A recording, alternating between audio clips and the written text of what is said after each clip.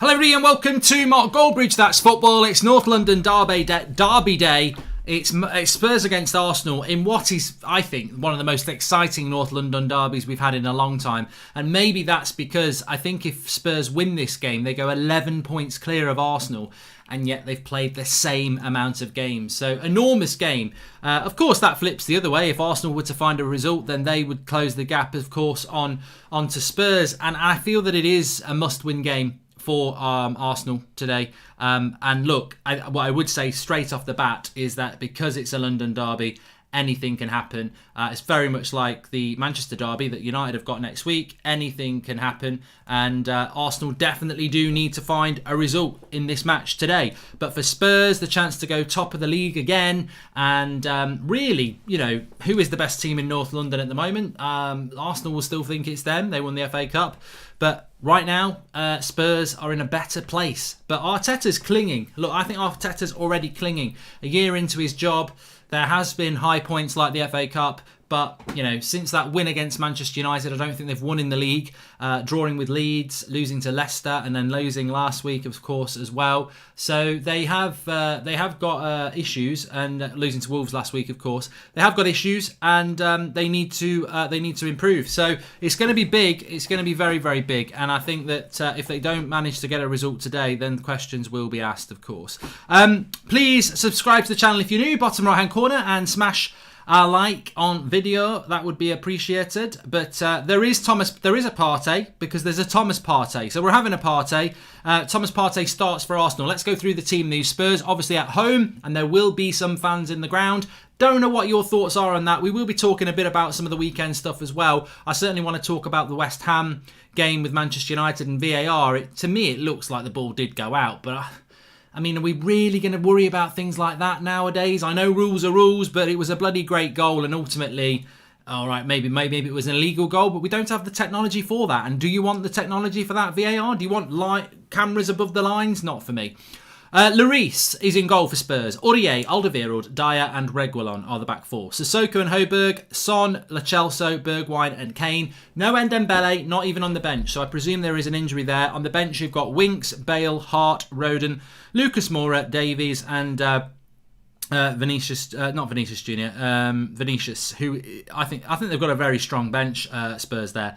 Arsenal, Leno, Holding, Gabriel, Tierney, Bellerin, Partey, Xhaka, Xhaka, Willian, Lacazette, Aubameyang. So I presume the way Arsenal play, this would be a back five. Maybe Arsenal fans can let me know. But Holding, Gabriel, Tierney as the three, Bellerin and Xhaka as the wing backs, and then Partey, Xhaka as the two, with Willian, Lacazette and Aubameyang as the three up front. I presume that's how it's going to work.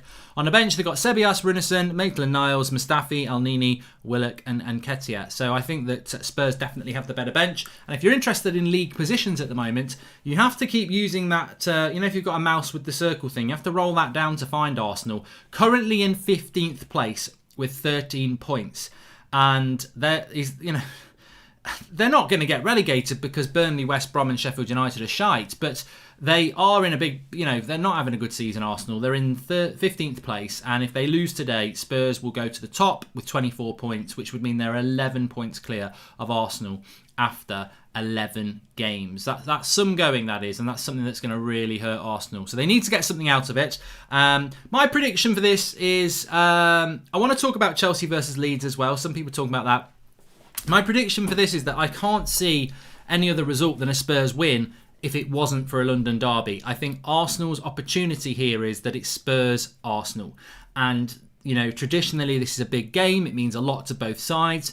Motivation will be there for Arsenal. So I cannot, hand on heart, predict that Spurs are going to win. For me as a Manchester United fan, I suppose a draw is the best result. But to be honest with you, part of me thinks United need to be consistent. I know this is not logical thinking. The best result I want is a draw. The second best result is a Spurs win. And people would say, well, why do you want that? Because Spurs are a real threat for top four, and they're going to be ahead of United. But I think United need to stand up and go with Spurs. If Spurs win, I think Arsenal are finished this season. So you're getting rid of somebody. Whereas I think if Arsenal win this, it congests things. So I actually think I'd rather I want a draw, but if there's not going to be a draw, I want Spurs to win, because I just think, let's get Arsenal finished in the league, out of the equation for top four, and I think they will be.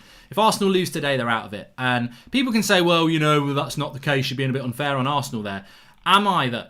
Am I? Because if I look at Arsenal's fixtures over the next few games, obviously Spurs, then they've got Burnley, where you'd expect to win, Southampton you'd expect to win, but then they've got Everton away just before Christmas in the Premier League as well. They've got Chelsea on Boxing Day. So, look, I don't think Arsenal are going to go on a great run anytime soon. So, I think Arsenal could be out and about, out of it, really. Apparently, we've got a late winner in the Leicester game. I'm not 100% sure, but we're just waiting to see. It was 1-1, Sheffield United and Leicester. Sheffield United with a goal from McBurney in response to Perez's opener in the 24th minute.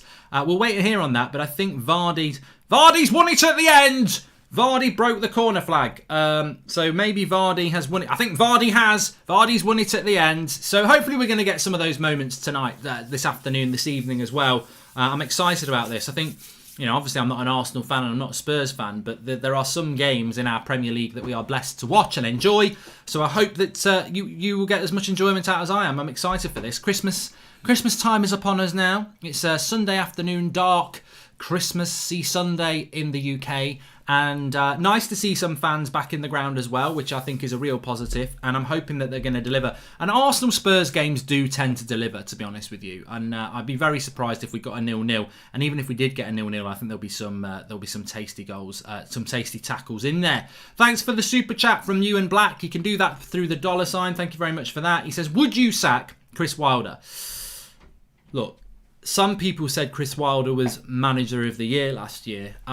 You've got to ask a question now. How much of it was down to Dean Henderson? So, yeah, I mean, it is interesting, isn't it, in that sense. I don't think anybody's above the sack, and I think Sheffield United... Sheffield United are not going to be any of the same. I mean, it'd be a shame to sack him, but it's a results business.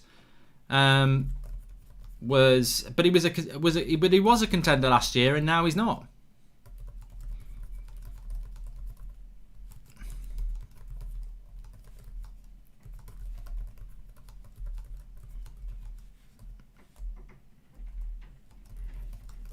They could go down before Christmas.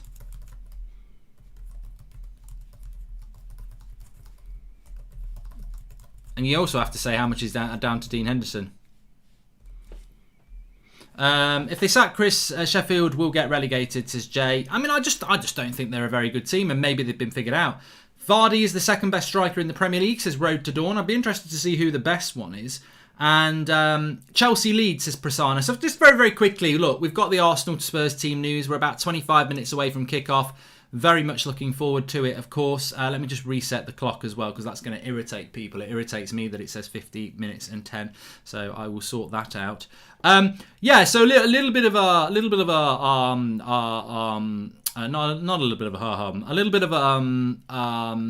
I've lost my train of thought.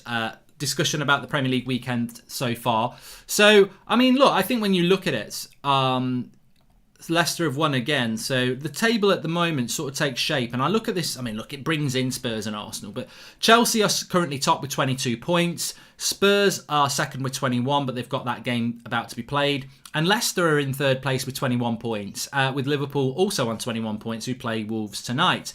United have got 19 points, and then City have got 18 points. And I think what we're now seeing, and I'm sorry to say bye-bye Everton and Arsenal, but we are starting to see the breakaway group of 6 clubs. Man United and Man City are looking like they're going to go with it, although they play each other next weekend. But Chelsea, Spurs, Leicester and Liverpool are definitely the clubs that are, starting to move away from the pack, which is what happens when you get to about 10, 11 games. Interestingly, Leicester's next game is Brighton at home next Sunday. They've then got Everton at home, and then they've got Spurs away, and then Manchester United. So big 4 games for Leicester. It'll be interesting to see how they hang in there. But Chelsea are definitely the team at the moment that are setting the trend.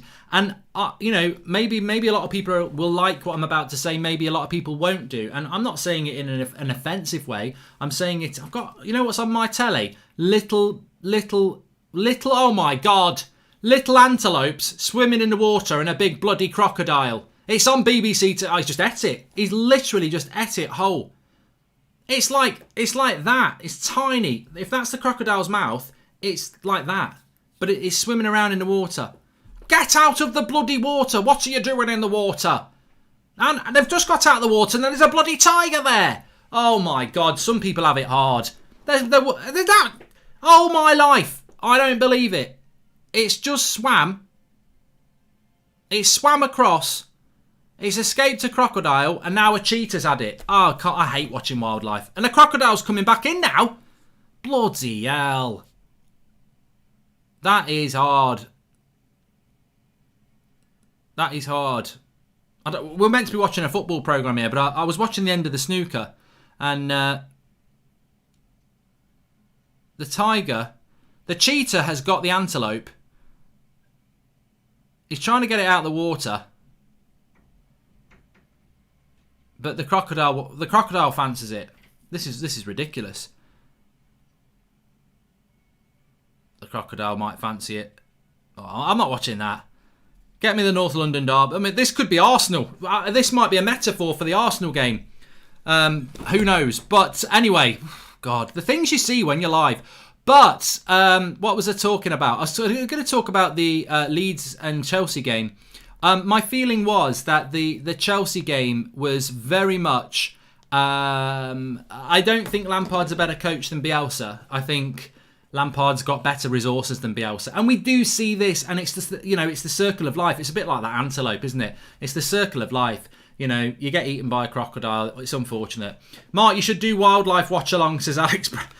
Yeah. I tell you what, that would not be bad. That wouldn't be a bad watch-along, would it? But PJ Pennington, hello, Goldbridge. I hope you're well. Well, I was PJ. Literally, I've just finished. I've had the snooker on while I've been talking to you, like David Attenbridge, says Cada. And it's gone to wildlife while I'm chatting to you. And I look over, and there's this pond thing that these antelope are swimming across. A bloody big crocodile comes and grabs one of them.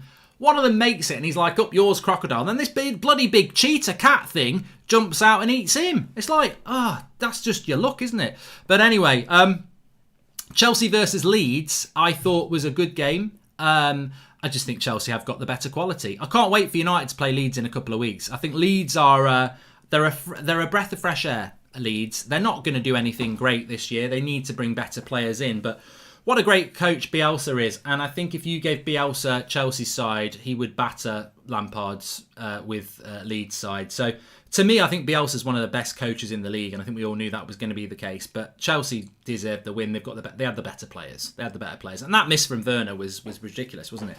The only reason Chelsea are top is because they've outspent everyone else, as Paul Not Nice. And I agree with that, Paul Not Nice. But at the end of the day, you can't moan too much about that. I'm just seeing Vardy's goal in the 90th minute. Lovely finish. Pace through the middle. Sheffield United will be gutted about it because it's just I think it's Maddison with the ball. He's onside. It's a good goal by Leicester to win it. So yeah, I mean, look, I thought the Chelsea Leeds game was good. I think Chelsea are in the rhythm now, and I think Chelsea are going to be a very difficult team to stop. I think Chelsea are title contenders now. I think that they've got going, and I think they will be title contenders. Next Saturday game against at 8 o'clock is going to be a good one. I don't know whether I'll watch it. It depends how the Manchester derby goes. But Everton, Chelsea next week. Then they've got Wolves away. Then they've got West Ham and Arsenal. So the next 4 games for Chelsea are going to be really key. And if they don't really drop points in those, I think they're going to be very, very hard. I think Chelsea, they just have this knack, Chelsea, of sacking a manager, bringing a new manager in, backing that manager and delivering a title. If you think about it, since Mourinho came into Chelsea all those years ago, 15 years ago, you've had people like Conte, you've had obviously Ancelotti, Mourinho again. So they have a knack of backing a new manager and getting it done. So there you go. Kartik says his team draw. Please share the video if you're watching, by the way. We are live for the North London derby. Very excited about it. We've already had an impromptu wildlife watch along there as well. But yeah, I thought the Chelsea game was it came down to quality.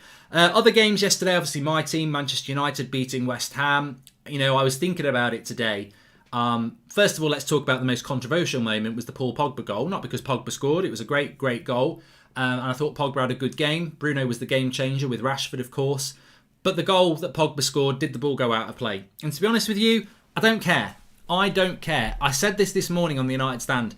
I would have been disappointed, but if West Ham score that goal, just think about it. You know, of course you don't want an opposition to score a goal, but if I was a Man United fan, which I am, and West Ham had scored that goal, I would have said, come on, do we really want VAR looking to see if the whole ball's gone over the line, down the touchline? I mean, this is football. You want to keep a little bit of drama in there. And look, maybe it did go out, maybe it didn't go out, but we don't have the technology anyway, and I don't want the technology for that. So, and also, it was such a good goal for it to be called off because the ball slightly went out. Did it really impact on anybody? At the end of the day, Dean Henderson got his kick a little bit wrong. I know rules are rules, and I know technically the ball has gone out, but I mean, come on. Man United were going to win that game anyway, but to me, I just think, you know, if you're moaning about that, it wasn't that big. So, yeah, I think in the context of the game, United were dreadful in the first half, very good in the second half. The subs changed the game. And I think if I was West Ham, I think, it comes down to quality. It does come down to quality because, you know, Chelsea beat Leeds because they've got better players. I think in a coaching way, Bielsa against Lampard, it was probably, you know, more favoured Bielsa, equal, whatever you want to say. But the quality that Lampard has meant that they beat Leeds. That's just the circle of football, isn't it? You know, some teams are stronger than others. And I think with United that happened as well, because I said at half-time when we were 1-0 down, we could have been 3-0 down easily. If West Ham had been clinical, they could have been 3-0 up. Well, what happened? Mikel Antonio, their best forward, isn't fit for the game. Haller comes in, he's not as good.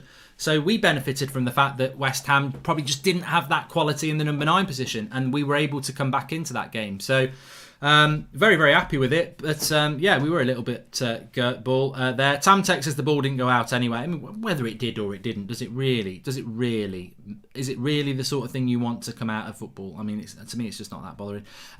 Today's result, I didn't realise that Palace had beaten West Brom 5-1, but I know they had a man sent off. It was 3-1 last time I checked, so there you go.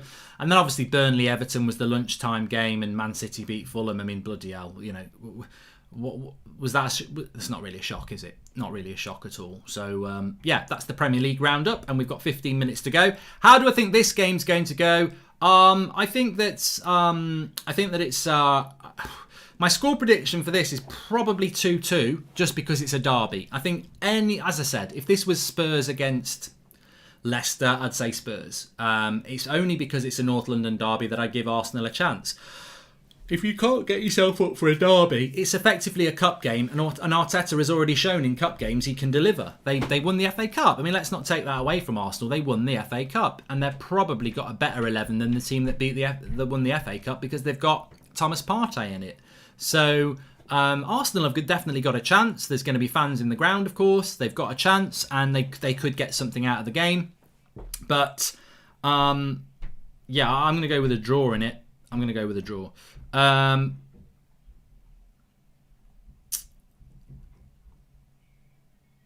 you doing a watch along for the Liverpool game, says Matt Holiday? I was going to do it, but I can't now do it because I've got to do the 8 o'clock show, because Flex was going to cover me on the 8 o'clock show, but it's his birthday, so he's out tonight, so I've got to do the 8 o'clock show on the United stand. So unfortunately, I can't do that. People are saying, can you ban the spammers? I can't even see anybody spamming, so maybe I'll just ban the person who's saying stop spamming, and then that because for me it's about whether I can see people to interact with, which I can. There's lots of good comments in there. I can't see anybody. I can't see anybody spamming, so I will block people if they spam, but I can't see anybody spamming other than somebody saying stop spamming, and they've gone. I can't get Xander to do it because he's not on the United stand anymore. He's left. He's focusing on his what's it called? The sit down. So I think he's fell out of love with football, to be honest. So yeah, I'm sure he'll come back. I'm sure he'll fall back in love at some point, but no, he can't do it, unfortunately. I mean, I'm looking forward to doing the 8 o'clock show tonight anyway with Ricky, Beth and Kev. There's a lot to talk about and a massive game for United. Do you know the Liverpool game is on Prime Video, says Ewan Black? I didn't. So actually that probably makes it a little bit easier for me. When is Luke Shaw back, says AJ89. He's back in training already. And I'm all right, Deal. How are you? And Lampard beats Bielsa with Derby and knocked Leeds out. Chelsea overran Leeds by 6 kilometres in that game. People keep on underrating Lampard, says Eden. I thought, I think Lampard's a good coach. If you've been watching this channel, you already know that. I do think Lampard's a good coach. I remember him coming to Manchester United and he with Derby and played Mourinho off the park when Mourinho was the United manager. So, look, I think Lampard's a good coach. The thing from last season, he finished 4th. They lost a lot of games, but he seems to have sorted that out. So, yeah, I think he's done a decent job. Please subscribe to the channel if you're new, by the way. Bottom right-hand corner to do that. Appreciate that. What is Mark? What is your top 4 predictions now we're further into the season? I'll tell you what, I think that's a good point. What's your top 4 predictions for this season? My top 4 at the start of the season was Liverpool to win the league, Chelsea, Man City 3rd, and Man United 4th. Well, you know what? 2 weeks ago, people would have said, "What you on about?" But this was a pre-season pick. It wasn't something I picked once the season had started. But I think now it's starting to settle down a bit. I think that actually, I wouldn't change what I said. I'd still say Liverpool to win it, Chelsea 2nd, Man City 3rd, and Man United 4th. Of course, that means Spurs have got to drop out, and Spurs have done really well at the moment. But I wouldn't be changing it. I wouldn't change it at the moment. I think that I'd be happy to stick with that. Team news, says Alman. You're probably a little bit late then because we have done the team news already, but I can do it again. It's fine. We're a little bit early today. We've still got 12 minutes to kick off. So the team news. Let me just. I just need to grab something, so I'm just going to disappear for a moment, but I can read that out while I'm doing it. So your team news is Lloris in goal, Aurier and Alderweireld and Dyer and Reguilon as the back 4, Sissoko and Højbjerg as the holding midfielders, Lo Celso ahead of them, and then Son, Bergwijn, and of course Harry Kane plays for Spurs. No Ndombele, he's not in the squad.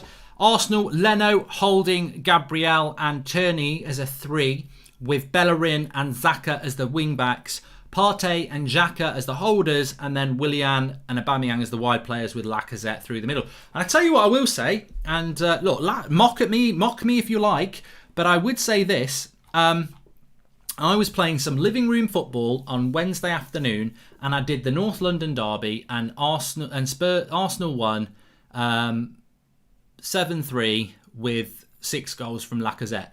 It's not going to be 7-3, but what I'm saying is there might be a bit of a premonition there in relation to Lacazette's goal scoring. So we'll see.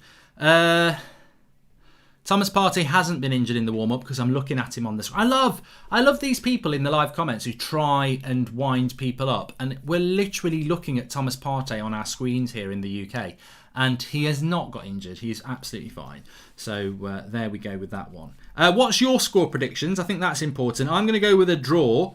If it's not to be a draw, I would like to see a win for Spurs. I know that sounds really weird, but the reason I say that is because I would like to see, I want to see Manchester United battling it out with Spurs, Chelsea, Man City and Liverpool for, hopefully a title. And also, if Arsenal lose, they will be 11 points off Spurs. And I think that means Arsenal's hopes of top 4 are already over. So I'm not saying I want that to happen, but I think there's a realistic chance that it could happen.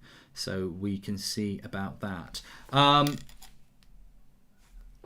Tottenham 3, Arsenal 1, says Tyson Scott. I think ordinarily you would probably be quite right about that as well, Tyson. I think that Spurs would be big favourites in a game like this normally. But obviously, I think because it's a North London derby, you just don't know. Akshat says 5-0 to Spurs, which would be fun, I'm sure. And what else have we got?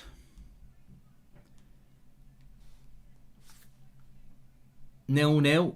4-0. 2-0 to Arsenal, says Rotex. Well, that's interesting. That is interesting. Do you think Arteta can get the sack if they get smashed, Aziz?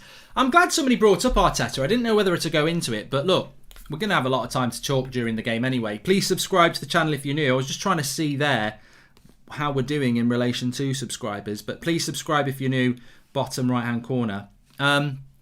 What do you think about Arteta? What do you think about him and where they are with that? Do you think that he has got a chance of being sacked, or do you think that he's safe? What do you think about that? He won't get sacked because he's an ex-legend, says Jefferson Joshua, and he deserves a chance, says Raxford. I mean, look, I'm not an Arsenal fan, so what I would say is I think that he does deserve a little bit longer than a year. You can be sacked after a year. Can I just say you can be sacked after a year? But the reason I wouldn't sack him is because I think that he's won an FA Cup.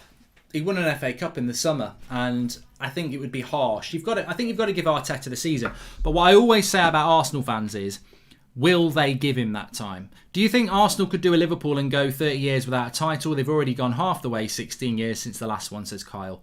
Well, they're going to go 20 years. I've said this before, so it's not breaking news. Arsenal are going to go 20 years without a title because they're not going to win one in the next 3 years. They can't. They're nowhere near. They're nowhere near it. Liverpool's dominance is nowhere near coming to an end. Spurs and Chelsea look like they're doing better, and Man City, I think, Pep's going to be around for a couple more years. So Arsenal won't win a title. They know.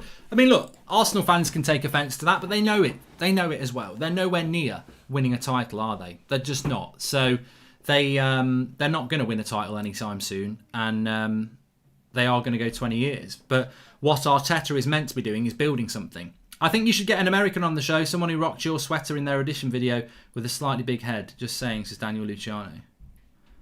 I don't know. Oh, it's probably you, Daniel. Yeah, I know what you mean. Who is a better manager, Ollie or Arteta, says Jeffrey. Well, I think, is it not obvious? I know it might upset people, but it's clearly Solskjaer at the moment. You can't deny about that. You can't lie about that. Please subscribe if you're new, by the way. Right, I will hopefully get this working now. I've just been pissing about with my phone. We're 6 minutes away from kickoff. Proper excited about this. North London derbies, traditionally, I've been watching these for decades, and they normally do provide you with a bit of passion and a bit of fight, and hopefully we're going to see that. If I'm honest, I would rather Spurs beat Arsenal. I want a draw from a tactical point of view, but I don't always think the tactical point of view is right, is it? Of course I want a draw because it's better for United, but if it's not going to be a draw, I want Spurs to win. I don't see Arsenal in the Champions League places in the next 5 years, says Zakaria Mohammed. I mean, that's interesting. And as an Arsenal fan, I think we could lose 5-0, says Frank. Yeah, I mean, look, anything can happen in football, but Arsenal need to turn up here. We've got a few fans have turned up as well, which is good to see. Yazza Said says, hold on, United sacked LVG after winning the FA Cup, finishing 5th on goal difference. By Chris Wilder, you can use 5 subs. I don't know what he's on about, 5 subs. And what's your prediction, Mark? Mine's 3-0 to Spurs, says Kendall M. I've gone with a draw, mate. I've gone 2-2 in this game, just because it's a derby. If it wasn't a derby, I would be going with Spurs to win it 3-1. But because it's a derby, I just think it's a great leveller, a derby. It's a cliche, but it's true. Anything can happen in a derby. And we've seen it with United. We beat Man City twice last year. So, as you know, derbies can go either way, and teams tend to step it up. But Spurs could step it up as well. I mean, they've been very, very resolute under Jose Mourinho. It's one of the things that they've certainly done well. So, yeah, I'd be interested to see how that goes. I cannot get this to work on my phone despite stopping and starting it. It's really irritating. I'm going to try it again. Technology is great until it stops working. Don't forget, Spurs fans are there too. They're going mad, says Marvin AM. And Mourinho is built for these games more than Arteta, says Matthew Hansen. The only time I'm going to say I want Arsenal to win as a Chelsea fan, says Lenny. Well, it's nice that Chelsea and Spurs fans are having that sort of thing going, aren't they? I mean, Chelsea fans are going to be over the moon because they are effectively in a title race now, and Spurs are as well. So, I mean, it might not be the case after Christmas, but you're definitely at the moment in it. I said it last night about United. Whatever people think about Solskjaer, I think at this moment in time, we are technically in a title race. Do you think Wilder will be sacked after that loss? Says FFG Gaming. Nothing surprises me in football. And Yazza says, what I mean about the 5 subs is that Chris Wilder was against the 5 subs and wanted it to remain 3 subs, and I believed he would have, and I believe he would have benefited from it. Okay. And okay, Mark, you can add a player from each team to United. Who you're taking? From these two, I still think. I think from these two teams, things change a bit. You've got to take a centre back, haven't you, from one of them? The funny thing is, I don't rate any of Spurs centre-backs or any of Arsenal's centre-backs. CDM, to be honest with you, I think Højbjerg and Sissoko have done a great job, but I'd probably take Thomas Partey. And I don't know why we weren't in for Thomas Partey, really. I think he was available at a very reasonable price in a position that we need somebody. So I'd take Thomas Partey, and because I don't really rate any of their centre-backs, even though we need one, I would take I would take either Son or Kane, because we need a winger, and we probably need a forward as well. So I'm not going to sit on the fence. I would take Harry Kane. Turn into Prime Jones today. Scored an own goal, says Lewis Noakes. Don't worry about it, mate. Keep your head up. Right, we are 3 minutes away from kickoff here. I think, 2 minutes away from kickoff. Bring it on. Gabriel, I haven't seen enough of Gabriel. I do like Gabriel. And again, I think Arsenal bought 2 players that I think actually would have been good signings for United. I do like Gabriel, and but I don't know that he would be the solution. So I'd probably take Partey and Kane. But you could take Gabriel and Son. You could do. Jose's looking at his clock. So, yes, we are about to kick off here. Big game. Tottenham against Arsenal in the North London derby. Right, I finally got it working. We are 200 subscribers away from 269,000. So please subscribe if you're new, bottom right-hand corner. Do a couple of watch-alongs on here a week, and also do daily FIFA streams for my Manchester United career mode, Monday to Friday at 3:30. So please subscribe if you're new. Bottom right-hand corner for that, and get involved. We're about to kick off. The timer is right below me, as is the scoreboard. I will start it as soon as it starts. Jonathan says Gabriel's slow. I'm looking forward to keeping an eye on Gabriel actually today. I think he's a player that I would have taken at United. Fans back in the ground, and I know there's not many of those fans, but it's great to see it. For anybody who's played any level of football or been to any football match, it's not full. There should be how many does this ground hold?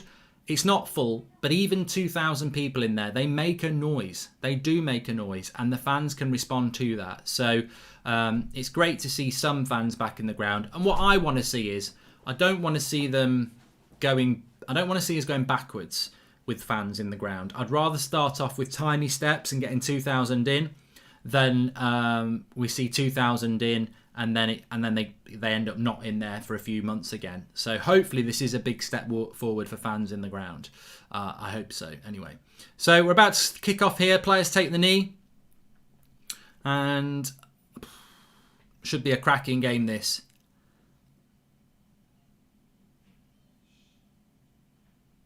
There we go. One fan can make me feel like I'm playing in the Champions League, says Daniel Luciano. We love Arsenal, we do, says Tonya. Well, let's see what happens, Tonya. It could be your day. Could be. We'll see.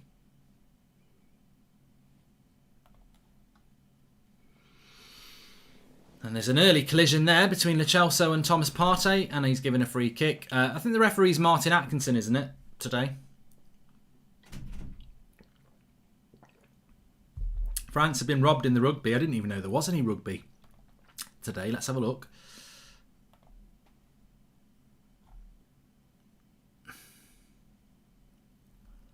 England beat second string France in extra time to win Autumn Nations Cup. There you go.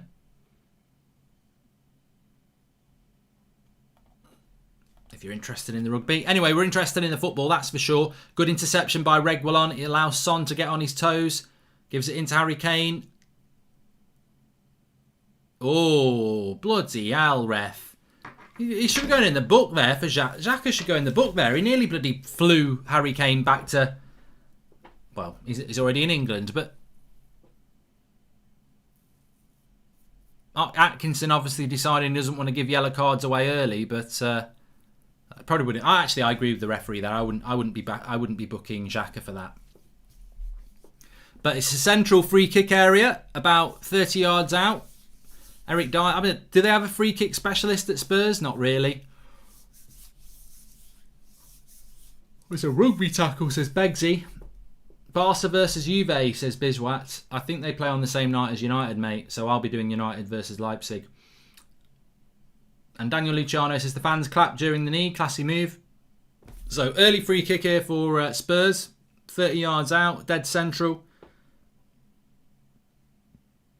All came about from Spurs intercepting and running at the back four of Arsenal as well, which they're going to have to be very careful of, because that speed of Son and Kane and Bergwijn has caused many a team problems this season. I think this is too far out. Eric Dyer is going to hit it. Poor free kick. Waste of time. Since when was Eric Dyer good at free kicks? I don't remember him being good at free kicks. 20 Legends says, have you thought about your New Year's resolutions? No. Have you?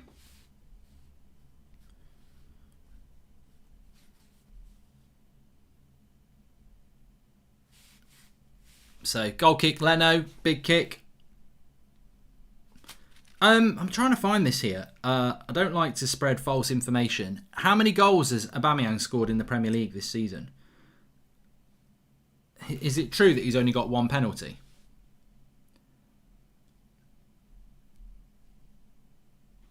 I'm trying to find out.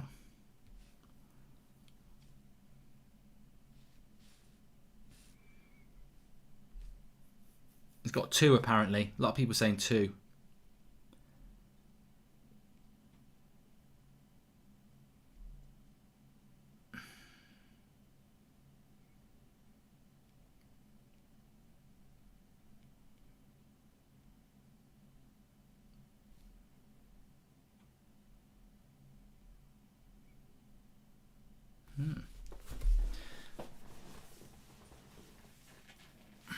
He has got 2. He got 1 in the opening match, which was a penalty. I know he scored against United, didn't he? He scored the penalty against United, so he's got 2. I remember the first goal against Fulham on the opening day. It was quite a good goal actually. Bayzid says he hasn't scored in the league yet. He definitely has, because he scored against United, and now I remember the Fulham game now, because I think we did a watch along of it. Willian was in my fantasy Premier League team and got 2 assists, didn't he, or something like that. I don't think he's done anything since either. They beat Fulham on the opening day, and the typical Arsenal fans started thinking they were going to win the league. Do you like cheese on your toast, Mark? Says Chris Kempson. I do. I like a bit of Worcester sauce sprinkled on the top. Arsenal with the ball here, just passing it around the back. If you've got any topics you want to talk about football related whilst we're watching or whatever. Aubameyang's pen won Arsenal's goal of the month, says Alec. I heard that and I just presumed it was a bit of a joke, but that surely can't be true. Scoring a penalty can't be a goal of the month, surely.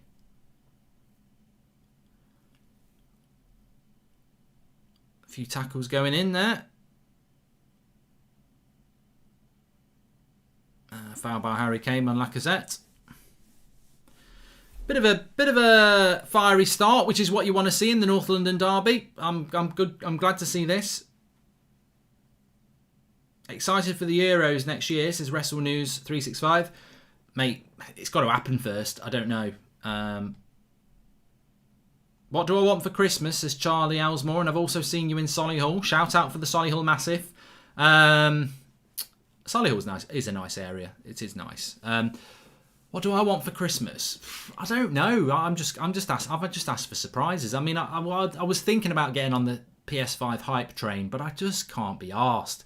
You know, getting all these websites with notifications. I'm not. I'd rather somebody gets a PS5 before Christmas who really wants one, and I wouldn't mind one, but to me, it's not a game changer. I've got a FIFA career mode that I'm going to have to complete on PS4 anyway. So for me, I can wait till after Christmas for a PS5. Pogba's goal or Bruno's volley, which is best, says Cam Chaz. Oh, mate, if you've played football, you should never ask that question. Pogba's goal's very good. In fact, it's brilliant. But Bruno's is pure technique because the ball's rising and it bounces right before him. The technique of Bruno's, Pogba could do it. You know, the funny thing is, Pogba could do it as well. They could both score each other's goal, which is a massive bonus for United. But Bruno's volley is better than Pogba's, just because Pogba's is a little bit further out. The technique on it is magnificent from Bruno. Arsenal penalty against us was the only goal they scored in the Premier League in November, so it won Arsenal's goal of the month. This is Man United list. Oh my God. Embarrassment. And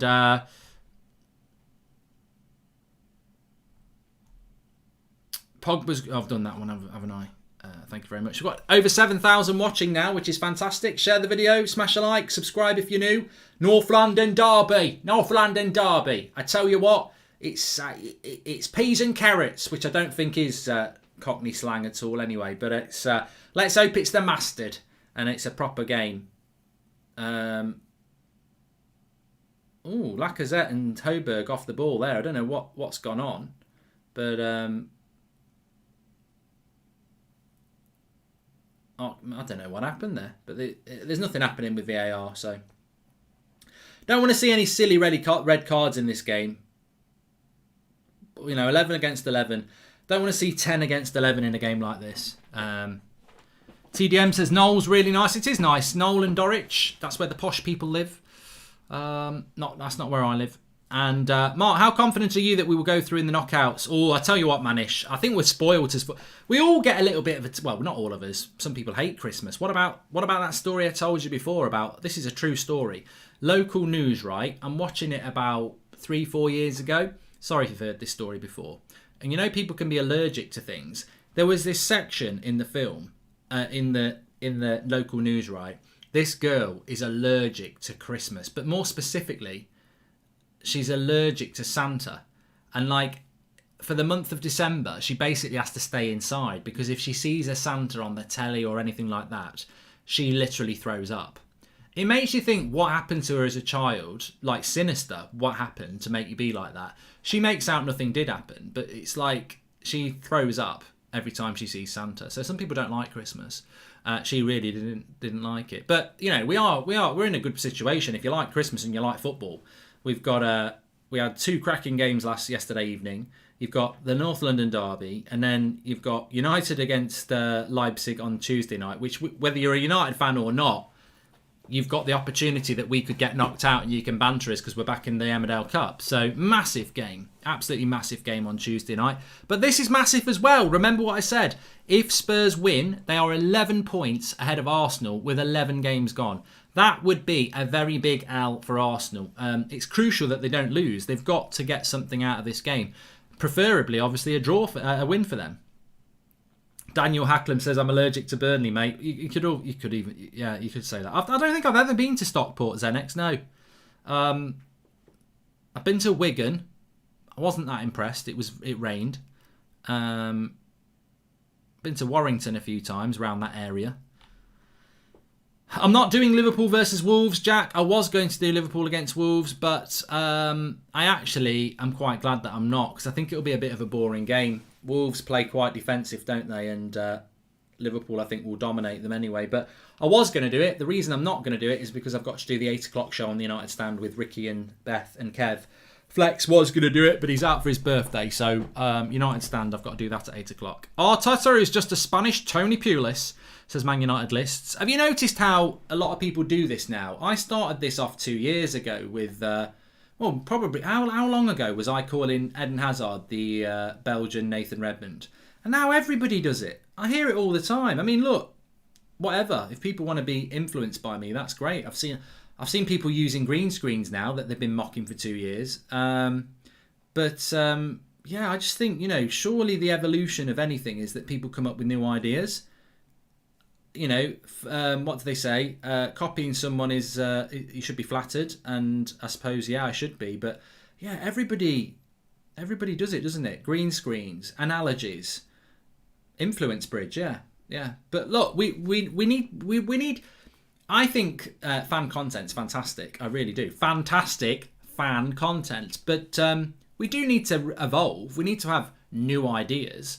You can't just copy everybody, and especially when it's comedic things like, he's just a Brazilian Marcus Albrighton, which is actually one of mine, talking about Neymar. I suppose if it works, it works. Big Ed Bridge, says Ian Dwan. No, I mean, I'm not big-headed. I'm very proud of this fan medium, and I want us to keep evolving. So, if you're thinking of doing it, try and do something new.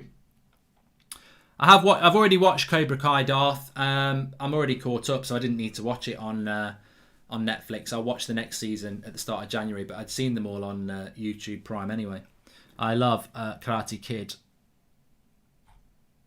So a bit of a stale first 10 minutes here. It's fast and frenetic, but nobody's really getting hold of the ball. The football's not been easy on the eye, to be honest with you. But Arsenal will be happy with this first few minutes. They've certainly settled into the game, and I'd say Spurs. Jose likes to hit teams on the break as well, so I think they're just feeling each other out at the moment. Arsenal probably having a little bit better of the ball. Alejandro says that Gabriel is the Brazilian Phil Jones, and when's the Christmas special of Going for Goldbridge, as Kieran Dix? I don't know, mate, yet. Still 3 weeks till Christmas, isn't it? Although it'll be here sooner than you thought. Nice cross by Bellerin, headed away there. Lovely play by Harry Kane. Gets Son in down the left-hand side. This is where Spurs have caused teams problem. He needs some help here, Son. Goes for a shot. Oh my God! Oh my God! OMG! We have just seen a goal that has lit up this North London derby. It's absolutely wowzer. It's wow. Absolutely brilliant. I tell you what. Alexa, play Thunderstruck by AC/DC, because that is thunder. Absolute thunder in the North London derby. Kane gets the ball out to Son. He runs down the left-hand side. Reguilon makes the overlap. He cuts inside and he curls it right into the top corner. It's absolute fantastic. Absolutely fantastic. It's super. It's brilliant. I'm very rarely sort of shocked. But he must be about 35 yards out when he curls it. Oh, Leno's nowhere near it. It's just brilliant. Absolutely brilliant. And look, there'll be Arsenal fans going, oh, fucking hell, Robbie. Fucking hell. Fucking hell. When's that Teta out? Sometimes you just have to sit. You have to stand up and applaud it and say, well, Mourinho's there like that. Like he... Mourinho's like he scored it. He goes in and he stood up and turns around like that. Like he scored it. Absolutely brilliant. Brilliant goal by Son. That is something very, very special. Really special. And look, exactly what you wanted in the game, to be fair. You want a goal, and you want a goal early in a game because it will just open the game up perfectly. We don't want to be 0-0 at half time. So, and what a goal as well. Arsenal will always be the original banter FC.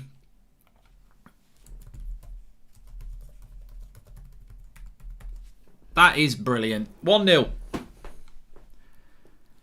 So now it's on Arsenal to get back into it. I mean, to be honest with you, to be fair to Arsenal, what are you going to moan about there? Oh, Willian didn't track back, probably, I don't know. But the goal's brilliant. There's not a lot you can do.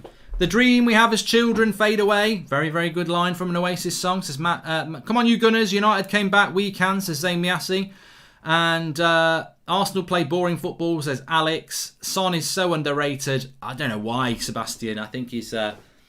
what a player Son is, and I've got him in my fantasy Premier League team, of course, but he's been the best player in the Premier League this season, says Anna. There is something about Son that's a bit underrated. Like, I think if he was English or Portuguese or Brazilian, he would get a lot more hype from the media. The media don't hype him, and I don't know why. I don't know whether it's because he's South Korean and traditionally they don't have many great players. I don't know what it is, but he is definitely one of the best players in the Premier League. Fantastic player, and that goal is superb. Son's been my favourite player outside Ronaldo for a few years now. Poundland Ronaldo, and that's a compliment to Sharath Kamath Fitness. Mate, being a Poundland Ronaldo still makes you one of the best players in the world. He's fantastic, isn't he? And Harry Kane with another assist, yeah. And I've got Harry Kane in mine as well. Lovely goal.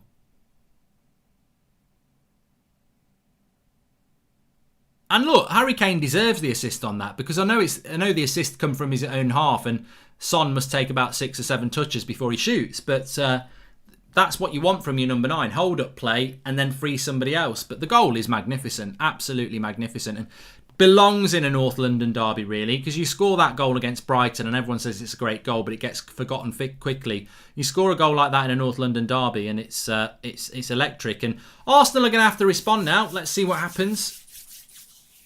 Should Harry Kane play as a number 10, says Marvin? Not for me. I think Harry Kane's a great goal scorer, but I think what he has done is he's evolved his game in the build-up play to the level where he's probably got the same amount of assists as he's got goals this season. Leno, poor positioning. Bellerin is rubbish, says Big Josh. Look, I'm not going to dispute that, but I think also sometimes a goal is so good that, you know, you're nitpicking if you're going to start blaming people. But Arsenal's front three is going to have to react. And here's Xhaka on the overlap on the left-hand side. Easy tackle for Eric Dyer, though. I'd sign Son in a heartbeat, says Joseph Tyrrell. What a player. Absolutely sensational goal. One of the most underappreciated players in the Premier League ever. Underappreciated. And so happy to see fans in the stadium, says Sharath Kamath Fitness. Yeah, and, you know, fair play for Son as well, because... you know, at least there are some fans in to celebrate that goal.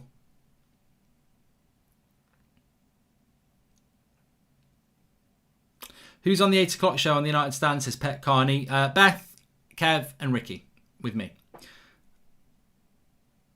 Wonder goal, says Wire. And I've got Kane and Son in my team. So I think most of the world have got Kane and Son in their fantasy Premier League team. I certainly have, so I imagine everybody else has.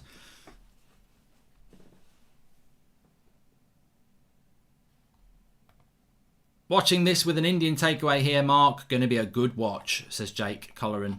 Well, I certainly don't think it'll be the last goal in the game. Pedge has taken Son out of his fancy Premier League team. Oh, well. Oh, well.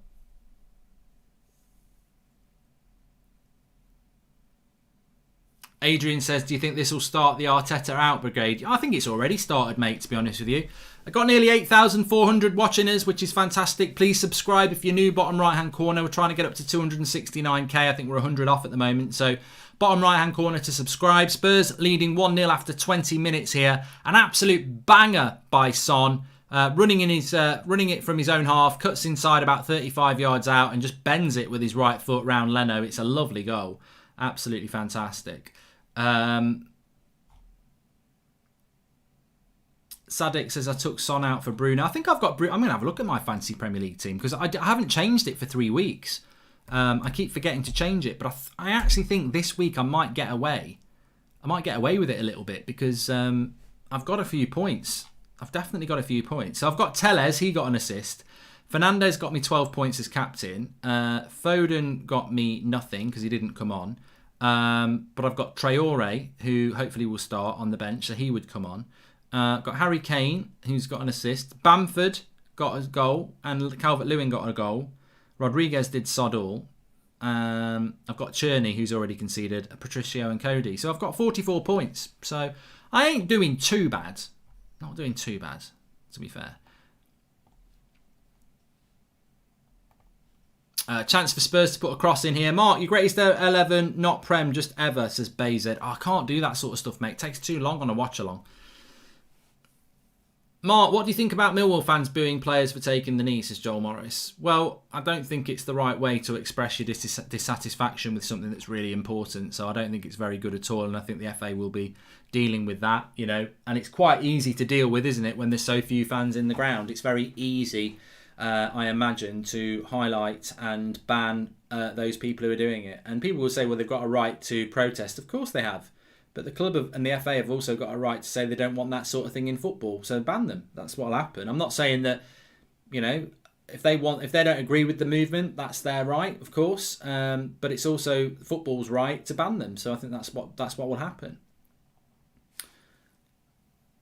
Can Arsenal get back into this game? I don't see a lot on their bench that's going to change it, to be honest with you.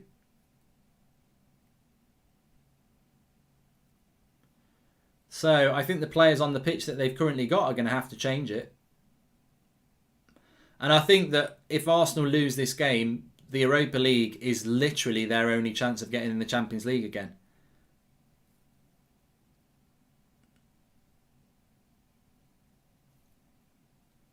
Gabriel and Cherney having a bit of an argument there.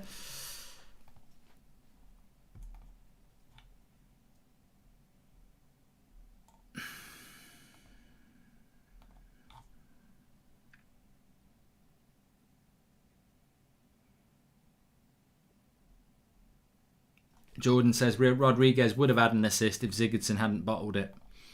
Mark, I don't want us to play in the Europa League. I hope we do well in Leipzig. I'm confident United will get something against Leipzig, to be honest with you. I think that, Bruno playing the way he is, Rashford playing the way he is, Pogba needs to start that game.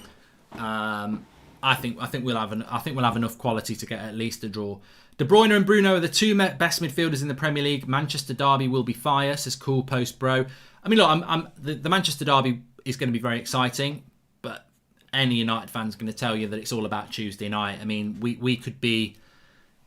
That Manchester derby will be nice, but if we're in the Europa League, it's not going to feel nice all next week. So it's all about getting something against Leipzig, really. I don't think Leipzig have got that much cutting edge up front now that Werner's gone. So they got a good draw against Bayern Munich, though, didn't they, last night?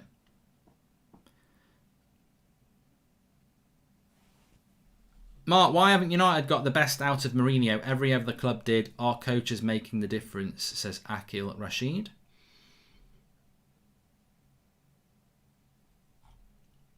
What? Why haven't United got the best out of Mourinho? Every other clubs did. Our coach is making the difference.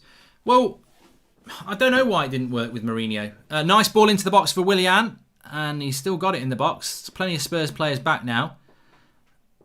I think it's a good question with Mourinho because Spurs are definitely achieving at the moment with Mourinho. And I would agree with what Ray XDHD said. I think that the board at Manchester United make it very hard for any manager to succeed.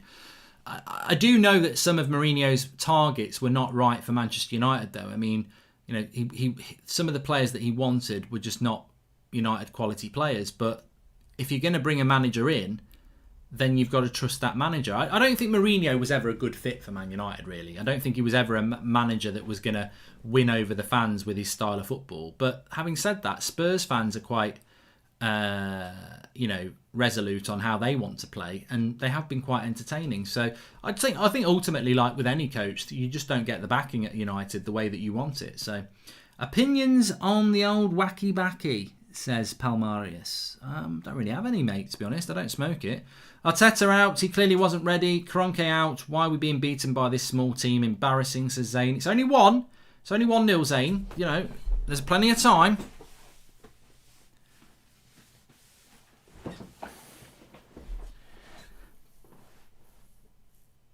Hi Mark, is that Bruno Christmas jumper still available? Says Dan Hemmings. It is. I haven't dropped the link in the video description, have I? But if you go to the latest United Stand video, it's got it in the video description. Or just type in United Stand Shopify and you'll find it on Google. Here's Willian down the right-hand side. Decent cross, but Aubameyang not on his toes and Alderweireld is there first. Is Bergwijn and Spurs now, of course. Spurs love to hit on the break, and 1-0 up, they can definitely do that. Lovely ball by Lo Celso to Bergwijn on the right-hand side. He's up against Holding, looking to cut in and have a shot a bit like Son did there, but Spurs have got numbers forward now. Oh, Lo Celso nearly falling over there, but they'll switch the play. Here's Son centrally. You know what film I'm going to watch tonight? And you should all watch it. It's a Wonderful Life. It was made in the 1940s and it's black and white, but it's just a brilliant film. I've not watched it for a few years. I'm really looking forward to watching it. Spurs are just in the 4-0 phase. We were at the start of the 17-18 season. The time to judge Mourinho at Spurs is 6 months' time. Well, he doesn't last 3 years, does he? What a ball that is. If Reguilon can keep it in, he has. He's on the left touchline. The cross comes in. It's not quite good enough, which is a shame because the ball to him was superb. And that's a super hit by, was it Alderweireld? No, it was Højbjerg. He really did catch hold of this. Lovely ball into the channel for Reguilon. The cross comes in. It's not a great cross, but it finds its way out to Højbjerg about 35 yards out. He smacks it brilliantly, but it's straight at Leno. But it's a lovely hit. And Arsenal need to find a way back into this game.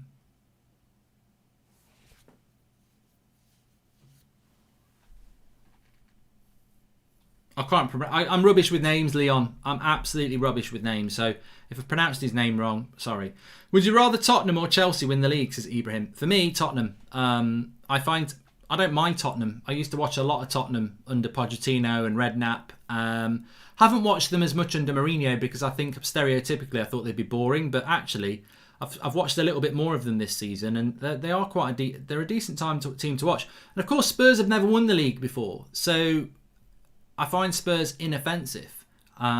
If Spurs went and won the title for the next 3 years, I'd start to dislike Spurs as much as some of our other rivals. But yeah, easily Spurs for me. Mark, not everyone has a Bruno to bail them out. That's what has kept Ollie in a job. Says Zane. Son scored the goal. Kappa.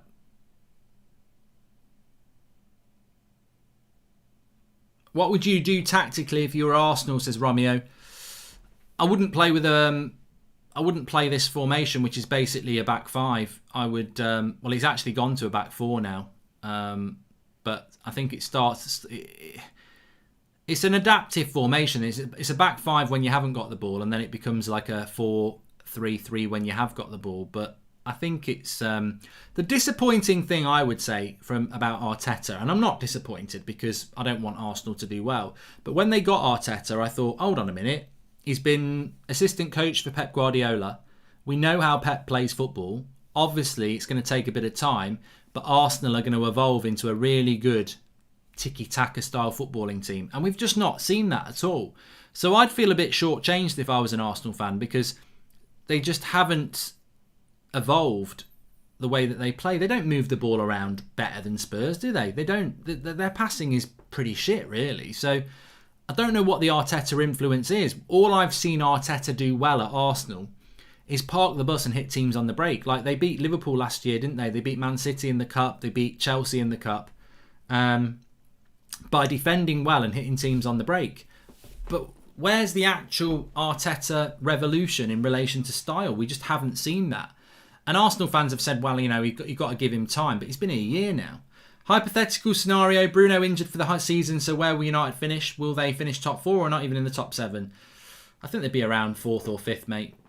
I still think we would be around there. That was from Salah Ahmed. And am I stupid or are Arsenal played better football with Emery? Says Sharath Kamathfin. No, 100%. I was just saying that. I do not know. I just do not get what the Arteta revolution is. I mean, what did he do when he was with Pep? Wear earmuffs and a blindfold.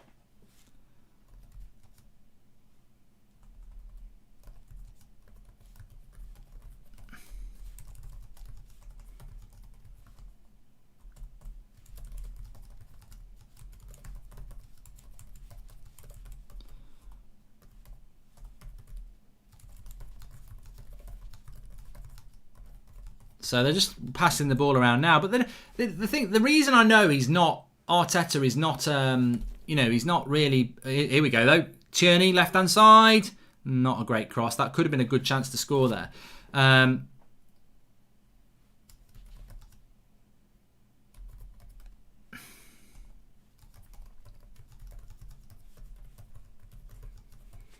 The reason, he just hasn't evolved as a.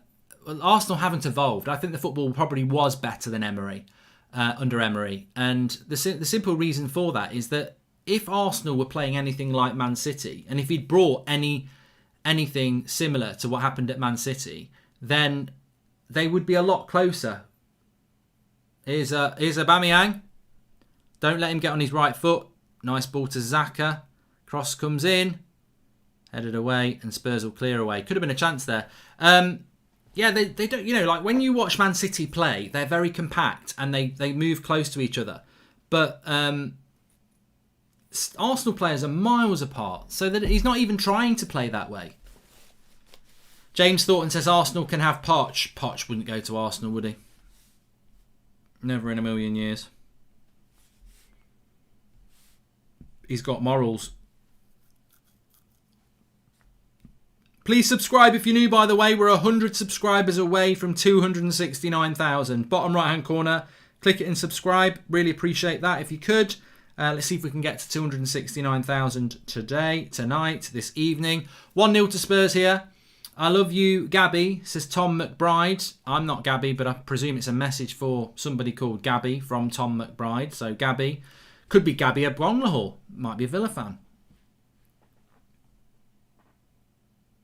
Pavan said, what was the huge offer for Bruno? Watch the video. It's explained in the first 2 minutes.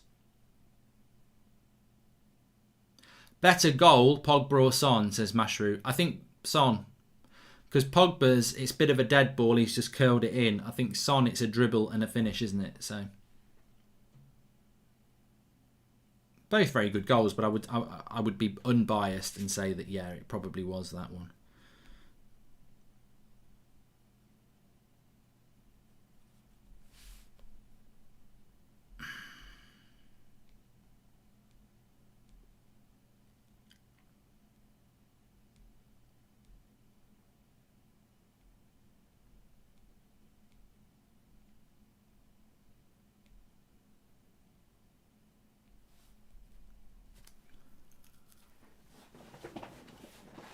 Thoughts on Whisper Gold, Mark, says Tom. Haven't had one for ages, but very nice. Oh, that goes off Lacazette to be a goal kick.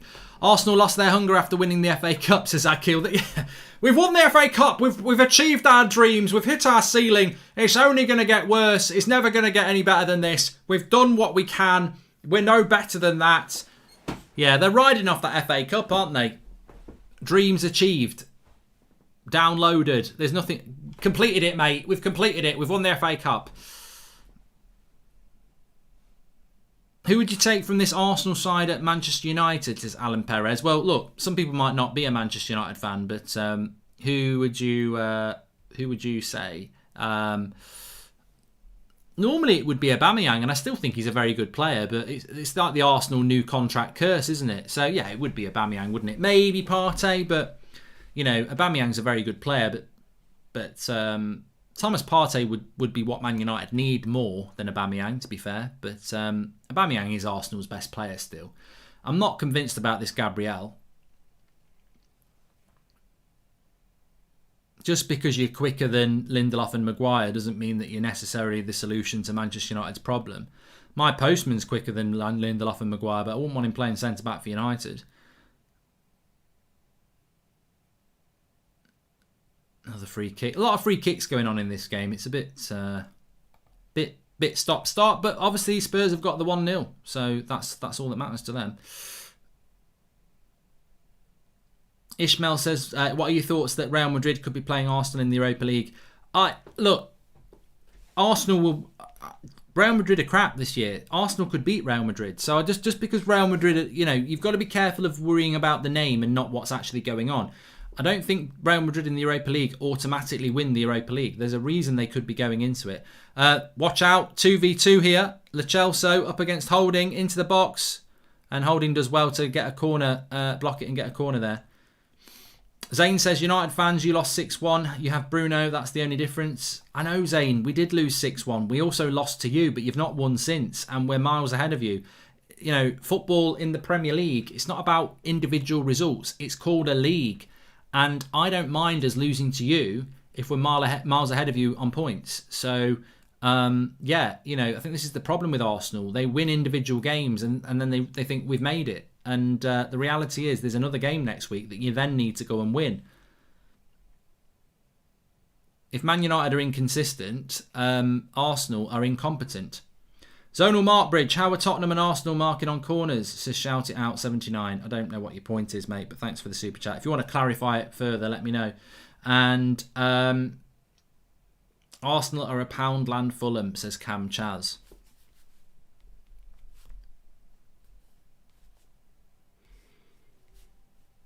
Best Christmas film ever? Die Hard. I'm watching it on Christmas Eve. Every year. Here's Reguilon on the left-hand side.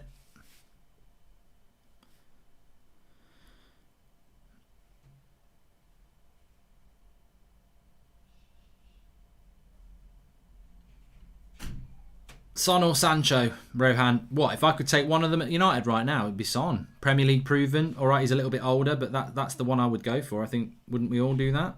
So, yeah.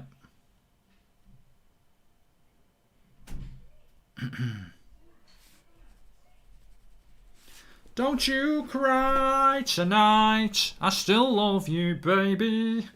I'm not doing the Liverpool game, Rafi. I've got to do the 8 o'clock show on the United stand. I was going to do it, but Flex can't cover me because he's out for his birthday. He's in tier 2. He's one of the he's in the tier 2 crew.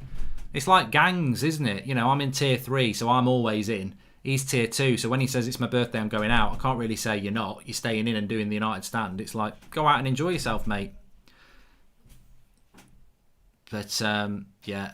I actually think Liverpool Wolves won't be as good as this. I think it's probably going to be an absolute classic now, but I think Liverpool Wolves will just sit deep and defend, and Liverpool will beat them. Kirkham111 says the fans who booed support black players, not the organisation. And Banter FC are back, says Zach Hampson. And I'm a Juventus fan and I hate Arsenal so much, says Prima Squadra. You sound like my sort of guy, mate. You've really made me feel happy inside because I love Juventus. They're my Italian team. They're probably my second team, actually. And I don't like Arsenal much either. But the sad thing for Arsenal is there's some lovely Arsenal fans out there. I know loads of nice Arsenal fans. It's just one or two of your fans that are total tits that makes you want Arsenal to lose. Arsenal have created absolutely nothing. I think the similarities between United and Arsenal are not United at the moment. I mean, United when they've been bad are quite big. You're just living off a big name when they're just no good. They're no good. Bath or shower, Mark, says Kent. It's not half time yet, so we can't play either or yet. But please subscribe to the channel if you're new. Bottom right hand corner, let's see if we can get to 269,000. Just a break in the play here at the moment. Callum says, I think it's about time Liverpool lost at home. I'd love to see Liverpool drop some points tonight, but I don't think they will. I think that the way they played against Leicester a couple of weeks ago, they'll do the same again. And Wolves will sit back and allow them to do it. Where will Arsenal finish, says Sean Keneally. At the moment, it's looking like double figures. If they thought, 8th could be a high for them. Higher than an 8? No chance.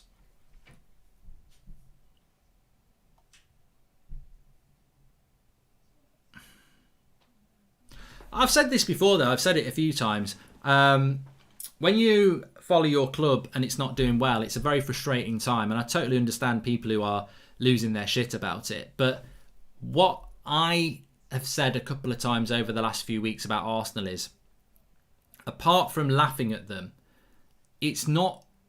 It used to be with Arsenal when they lost games, you'd be like, "Oh my God, Arsenal have lost the game. They're, they're crap."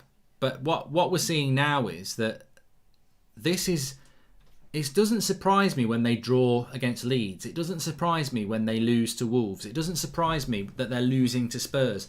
This is their level. And what I would say to some Arsenal fans who go over the top and moan about them losing, the rest of the world isn't shocked that you're losing to Spurs because they are better than you. The reality is you need to stop having favourite players because, they interact on social media and actually look at what's going on with the club. Like, look at Anthony Martial at Manchester United. Whether he's a fan favourite or not, he was our player of the year last year.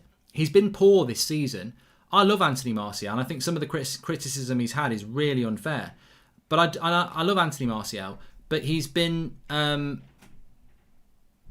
he's not been good this season, and United fans have been forthright in letting that be known. Aubameyang has had as bad a season for Arsenal as Martial has had, but Arsenal fans still live up his arse. And the reality is, your players don't perform. You can't just have favourites and non-favourites. Oh, I don't like that player, so we'll all blame it all on him. The reality is there's a collective there. Aubameyang's on, 300k a week? Is he the captain? I don't know. But they don't perform anywhere near good enough. The players as a team, Arsenal's team doesn't perform good enough. But what you'll hear over the next few minutes or hours is this player, this player, this player. They'll go in on the players that they don't like. Instead of opening up to what we see as non-Arsenal fans, Your whole team is failing. You can bring whatever manager you want, but your team is full of jelly babies with no spine. You're Jelly Baby FC. You know, you've given 300k a week to Aubameyang and he scored 2 goals. I mean, what are you going to say? He's not getting the service. He's just not performing. They're not performing. Lacazette, Xhaka, they're not performing. Your team's not good enough and it's getting worse. That's the problem with Arsenal. And but sadly for them, they've still got fans who are living in the past who think they should be in a top 4 race. The only reason you thought you were in a top 4 race is because you beat Fulham. I could get a team of bloody pensioners to beat Fulham. They're shit. Like, Arsenal are not a good team, and I'm embarrassed. I'm embarrassed that Manchester United lost to Arsenal, and I think that is one of our worst performances of the last 2 years, that we got beat by Arsenal. But they're not a very good team, and that's just where it is with Arsenal. That's the truth, isn't it? And I think that everybody looks at Arsenal now and expects them to lose games. Last week against Wolves, I wasn't surprised. I was like, well, Wolves are better than Arsenal. At Leeds, I was only surprised they got a draw. I thought they would lose that game. Leicester have beaten them. Villa smashed them. Their one good result is Man United. And they're going to have to live off that result and an FA Cup and a Community Shield. They've done the treble. They've won the Community Shield. They beat United at Old Trafford and they won an FA Cup. That is now Arsenal's treble. That's what they're feasting on. That's the level that they are at. They are basically a London Newcastle. You know, they're a big club, but they're nowhere near being a really big club in relation to winning trophies. Ask Ricky, did Van der Beek do the same as Bruno in the number 10? As he said in his previous fan cam videos, he has to admit Bruno is the key. I will do that. You're right, I will do that.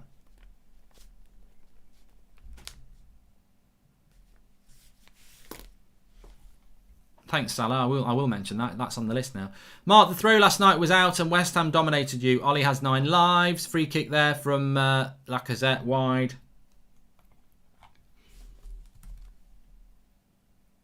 Say what you really feel, Mark, says Bonson. No, but I know there will be Arsenal fans who are listening to this and they'll be going, well done, you're absolutely right. I've been saying this for a long time. I do need to stretch. But, you know, I don't like Arsenal. But Arsenal fans don't like Manchester United. But I love football. And I'm not just going to... I will never just sit here and say, I hate Arsenal.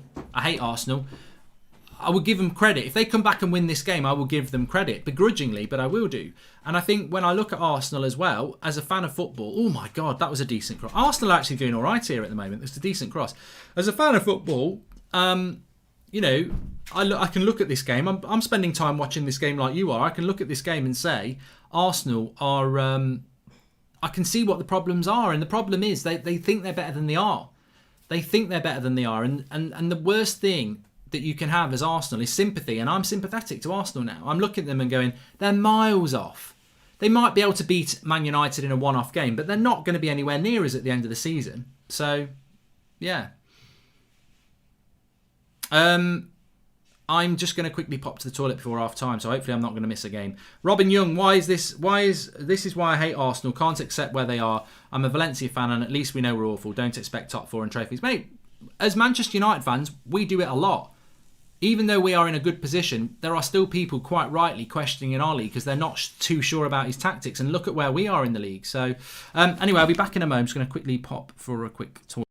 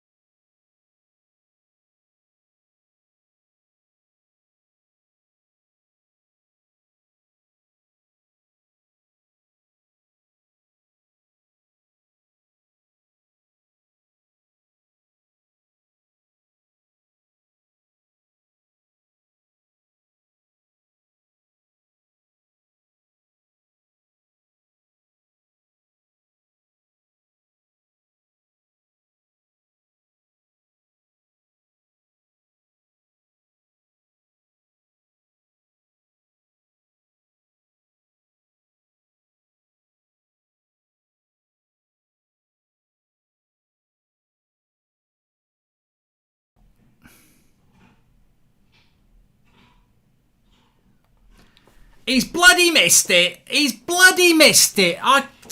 This has never happened to me. This has never, ever, ever happened to me. I never miss a goal. I've missed a bloody goal. I've bloody missed it. What a prat. Oh, I literally could have waited till half time and I was like, there won't be a goal. There won't be a goal. And there is a bloody goal. 2-0.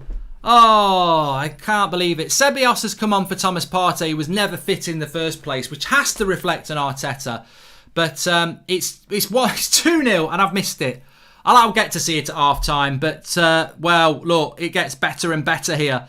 Better and better if you're not an Arsenal fan. And look, I predicted 2-0. It could still happen, but Spurs are making light work of this Arsenal side. And it is 2-0 at half time. And look, I want to carry that on. We will play either or, but obviously this is a massive game, as we know. And we will obviously be discussing that as well. But easy work for Spurs at the moment.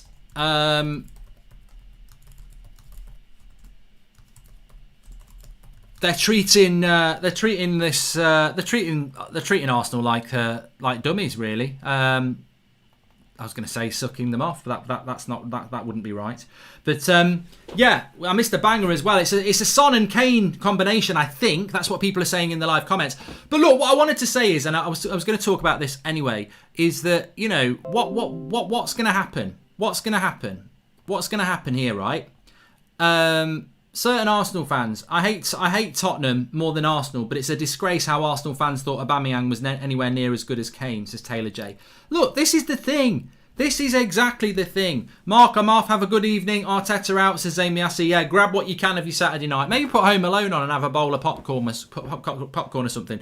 But look, what's going to happen here, right? You're going to get that stereotypical Arsenal fan going, bloody hell! Bloody hell, where's it going to end, Robbie? Bloody hell, this is shite. Oh, this is what we need to do. It's not Aubameyang's fault. It's not Leno's fault because they message me on social media. It's bloody Bellerin. It's Bellerin. It's Willian. If it weren't for Bellerin and Willian, we'd be winning the Champions League, Robbie. We'd be bloody brilliant. It's not Aubameyang. It's not Xhaka. And this is the problem. They have their little favourites. They don't look at the whole team. Your whole team is shite. Your whole team is rubbish. And that's the problem. It doesn't matter. You can change your manager. It's like, you know what it's like? It's like changing a bottle top of a flat bottle of Coke. Every time you drink it, it's going to leave you dissatisfied.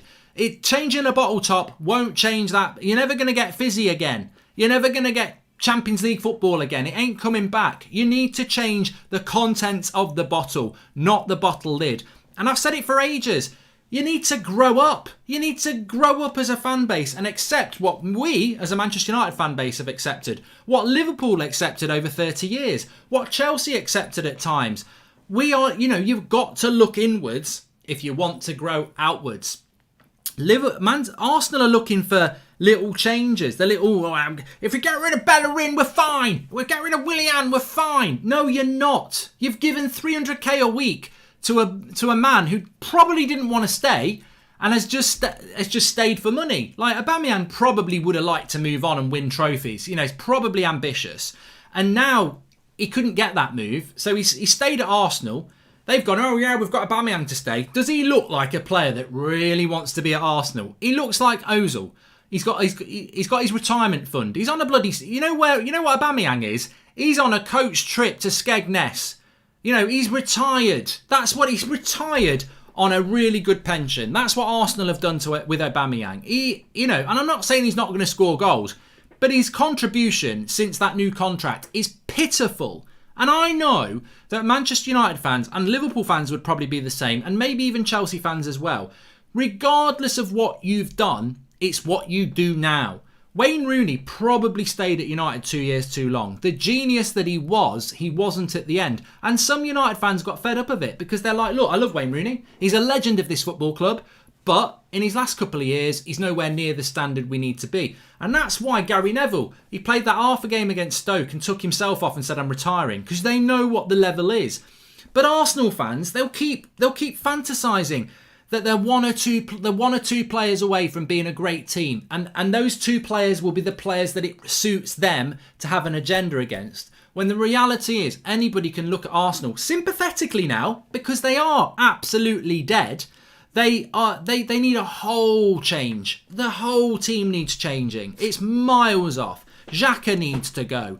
Aubameyang needs to play down the middle for me. Lacazette ain't good enough. Willian was a bad signing. Pepe, bloody hell. You know, they need to reset. Focus on some of the younger players like Xhaka. Focus on people like Maitland-Niles if you think he's good enough. Get Martinelli fit. Start rebuilding that team instead of thinking you're 1 or 2 players away from being a decent team. Because I'm telling you now, you're definitely not. I feel like a genius for triple captaining Kane now. Come on, says Racehorse Red. They're bloody miles away. They're miles away. And it's not about club rivalry. If Arsenal fans want to get into a club rivalry, I tell you what, start hanging around with Sheffield United fan channels. Because United stand, we're not interested. You're nowhere near. And I feel sorry for you. I feel sorry for you. And that's the worst thing. When United were doing terrible under Van Gaal before he got sacked, or Mourinho before he got sacked, or David Moyes in his entire reign, I'd get Liverpool fans or Chelsea fans or Arsenal fans saying, you know what, it's past ban. It's not funny anymore. This ain't funny anymore. You know, it's like when somebody falls off a bouncy castle and bounces off and lands on their back. It's really funny, and then you realise they might really have hurt themselves.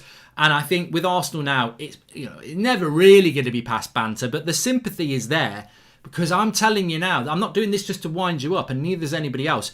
You're miles off. You're miles off. Absolutely miles off. It's not 1 or 2 players. You're miles off. And going in on individual players and getting angry at Bellerin. You need to be getting angry at Aubameyang. Look, Bellerin's shit. Like, he's no good. If you want to blame everything on Bellerin, that's up to you. Why is Aubameyang not scoring your goals? Why is Lacazette not scoring your goals? Like, you're not scoring goals because you ain't good enough. And I've just seen the goal now, the second goal. Son into Kane. And it all come. I literally only just missed the goal. I saw that. I was just off from a wee when this happened. One ball by Sissoko. It's into Lo Celso, who's been fantastic in this game, to be fair. Feeds it to Son. They've got a 4v2. They're so slow at the back. It's a 4v2. I mean, brilliant goal from Spurs, but it's a 4v2. Like, where is Arsenal's defence? And you know what? He's chucked Thomas Partey into a game he never should have played in. He's had to sub him off. He's not fit. That's managerial suicide from Arteta as well. Chucking Thomas Partey into a game like that where he clearly isn't fit. Expired team, says Jeffrey. And Arsenal fans overprotecting Aubameyang. He won't feel the need to perform, says Aki. Yeah, you know what? I'm telling you now. If Aubameyang was at Manchester United, or if Marcus Rashford was given a 350k contract and he was performing like Aubameyang is, as much as Marcus Rashford is loved by Manchester United fans, they would be on his case. They would be. I live it. I live what United fans are like. This is the club I support. And if Martial was our player of the year last year. People are on his back. He's not playing well. Arsenal, Aubameyang, oh, look at him. He's doing a smiley face and he's interacting with troops on social media. Oh, he's a ledge. Arsenal fans are living their success through social media and old DVDs. They're not living in the now. They're not living in the now. If I was an Arsenal fan, imagine I became an Arsenal fan just for one night and Robbie gets me on. I would be saying... I wouldn't be doing that. I would be saying, you know what? Aubameyang is crap. Aubameyang needs some heat on him. He needs some heat because he's our best player and he ain't performing. And he's on massive money. He's one of the best paid players in Premier League football. He's not performing. And I know such and such, like people like Holding a crap, whatever. But he's our best player and he is not performing. And I know at United that would happen. And it's not about not liking that player. It's not about that at all. It's about accountability. When you are not performing as a team, you must look at your best performing players.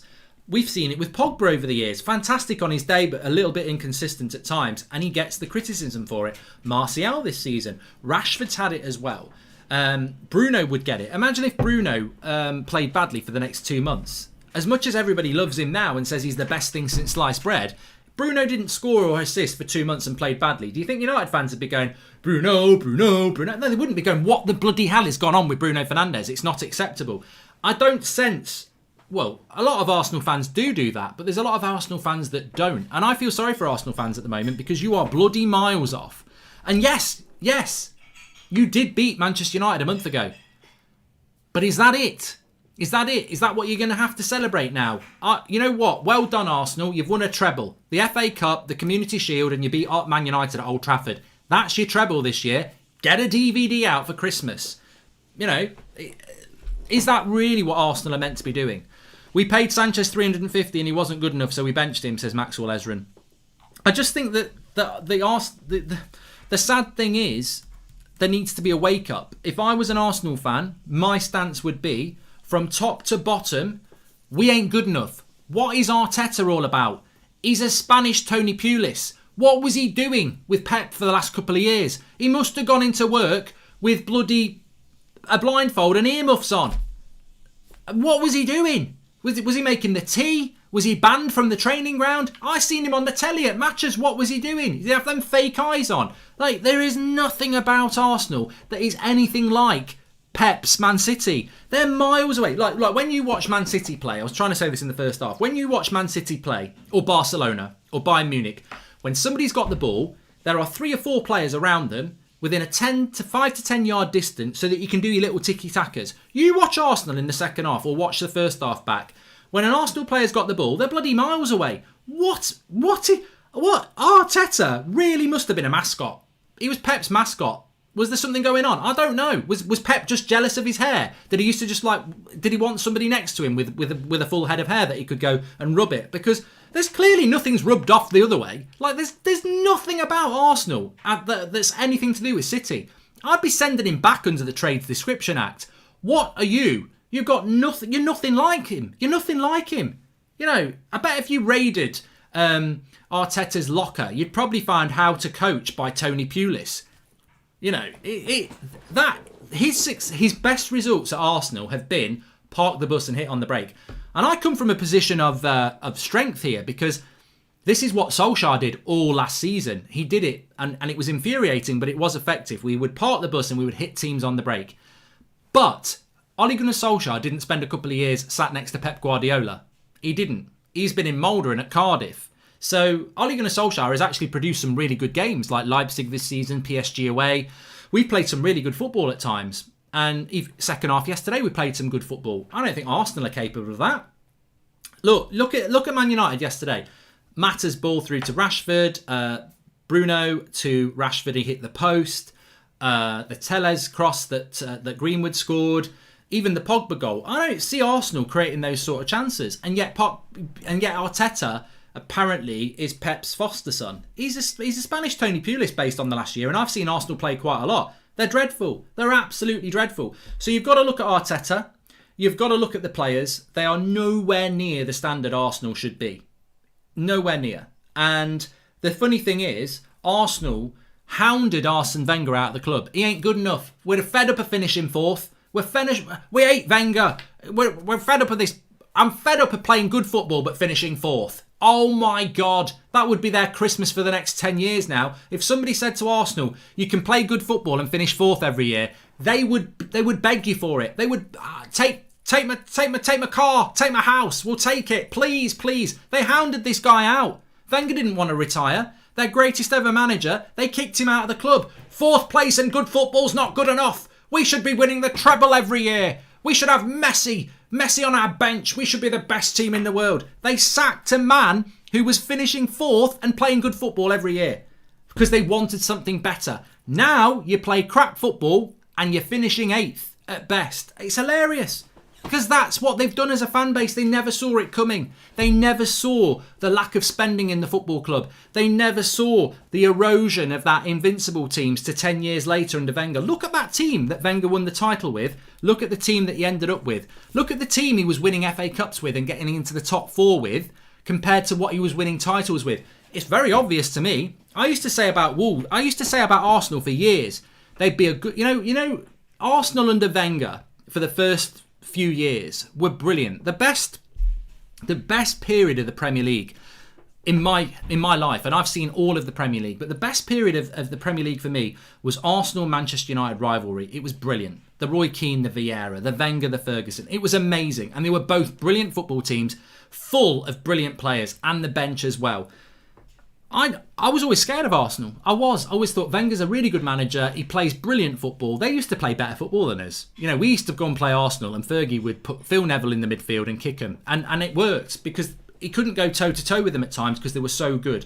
And then what happened is they won the Invincibles, and then they never really invested after that. And I used to look at Arsenal and say, they always played good football under Wenger because he was a good coach, but I always thought Benzema would have been brilliant for them. They never brought a striker in. And what actually happened over the years with Arsenal is that they eroded. Wenger stayed constant in the way that he trained and coached the team, but they didn't back up Wenger with the players. They didn't bring good enough players in. But Arsenal fans remained the same. They were like, we still should be winning trophies, right? They hounded a man out and they never saw it coming. They never saw what was going to happen. It was exactly the same what happened with United. Sir Alex Ferguson was so good, but we appreciated it. And when Sir Alex Ferguson retired, we've not been anywhere near a title for 7 years. And we know why. Because Sir Alex Ferguson was a genius. But Arsenal, we didn't sack... The sad thing about Arsenal is they sacked their best ever manager because they thought that they were failing because of him. They weren't failing because of him. They were failing because the squad wasn't good enough and the infrastructure wasn't good enough around him. But they decided to blame it on the manager and they forced him out. What a mistake that was. Anyway, the second half has kicked off. It's 2-0. Shola says, stop, they're already dead. Yeah, if you're an Arsenal fan, you probably switched off a little bit ago. But that's, as an outsider, that is the truth. They don't want to look at it. They'll probably want to sack another manager, but you never should have sacked Wenger. You never should have sacked Wenger. You handed him out the club. You didn't see what was happening to the squad. You didn't see what your owners were doing. You hounded a manager out who was getting you into the top four, or at least getting you near the top four and playing good football. And now what you're doing? What a mistake that was. Emery says, you're a United fan. Have you forgotten that? Well, I am a United fan, but I can look. This is the thing. I love football, and I can look at Arsenal's situation, and I can also almost become an Arsenal fan for a minute and say, I can see what you're doing. I can see what you're doing. And if I was an Arsenal fan, you know where I would be? I would be putting my blame on the players and on your board. I mean, your manager's almost irrelevant because what's the difference between Emery and Arteta? Why are you watching Arsenal, Mark? You're too triggered, says Sinner 506. I'm not too triggered. I just find it. Irritating that. I just find it irritating the lack of football knowledge, I suppose, at the end of the day, because I'm not an Arsenal fan, and Arsenal fans hounded Wenger out, who was playing really good football, but just didn't have the support he needed to build a team to win a league title. They sacked him, and they thought the good times were coming back. They've got worse. You don't play good football anymore and you're nowhere near the top four. So why did you hound that manager out? And, maybe you should look at the shower of shit that wear your shirt, because ultimately I wouldn't take hardly any of your... I tell you what, I wouldn't take any Arsenal player at the moment in a United shirt. I'd rather have Harry Maguire and Lindelof than bloody Gabriel at the back.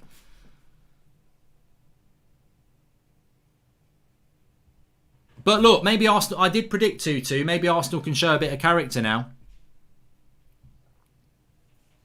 To be honest with you, what I would say as an Arsenal fan, if you can't show a bit of character in this second half, what are you all about? Because you're 2-0 down to your biggest rival. You're about to be in a terrible position in the league. If they can't come back from this, they can't come back from anything.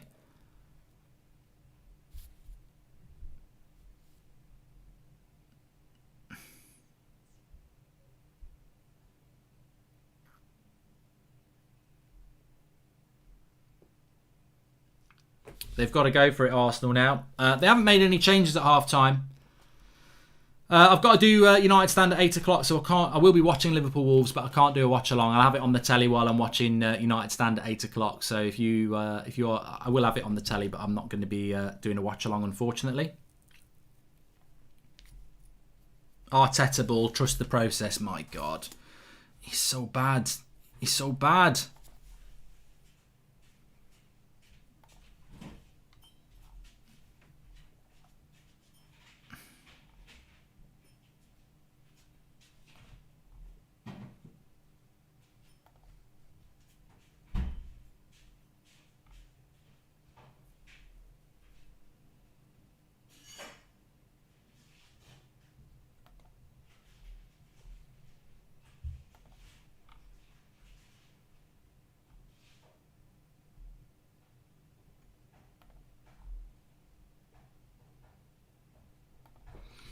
Arsenal having a lot of the ball here. Let's have a swig of my tea. If someone wants to clip that little rant, and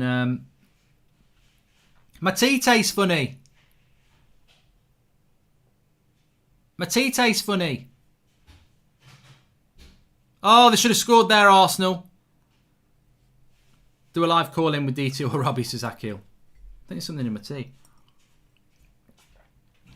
My tea tastes funny.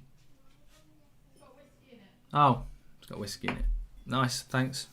I thought he was trying to poison me.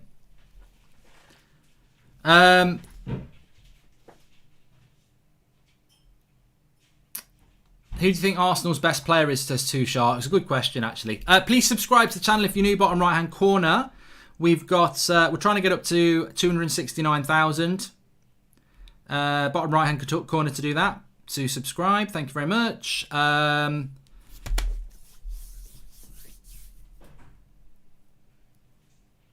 Arsenal have actually started off the second half quite well here. Partey's gone off. Partey's gone off for Arsenal, which again is a, look, I think that's desperation. And look, as I said when we went live at the start, the situation with Arsenal as it stands, I always love the as it stand league. Let's have a look. You do have to go to page 2 to see Arsenal. 15th in the league.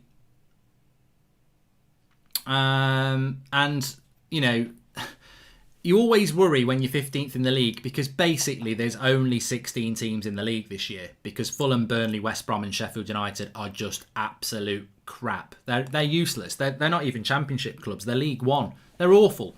West Brom, Burnley, Sheffield United and Fulham, forget about that. So Arsenal are basically second from bottom. And if Brighton win tomorrow, they would be bottom. So Arsenal are having a bloody laugh. Is he having a laugh? They're having a laugh. So Brighton have got 10 points and Arsenal have got 13. So if Brighton win tomorrow, they go above them.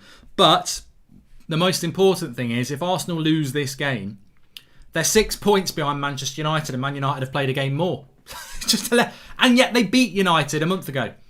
Remember when Arsenal beat United a month ago? I do. Oh, we're better than you. We're better than you. We're better than you. We're better than you. And then a month later, we're 6 points ahead of them with a game in hand. Hilarious. But if Spurs win, which I think they probably will, well, it's not over yet, to be fair. 11 points off Spurs after 11 games. That is ridiculous. I mean, realistically, the Arteta movement will start. It will start, won't it? And I think Arteta's out of his depth at the moment, and I think he's. I think they should be doing better than they are. He's been there a year. He's had a transfer window where he's been backed. He got Thomas Partey in. He got Willian in. He got Gabriel in. They're 3 players that realistically, they haven't been cheap and that they do solve certain problems. The stupid thing is, what he's done today is stupid because it doesn't matter how good a player is. If they're not fit, you don't play them. And Thomas Partey was never fit to play in this game. He's had to take him off in the first half. Has he had a relapse of the injury? I don't know. Partey's career died for this. He was playing Champions League football in Anfield before lockdown. You say everyone's had a bad lockdown. What about bloody Thomas Partey? Before lockdown, he's in Liverpool, at Anfield, playing for Atletico Madrid, putting in a world-class man-of-the-match performance. Lockdown happens, you're playing for Arsenal in the Europa League. Getting bantered week in, week out. I mean, Arteta's killed his career for this.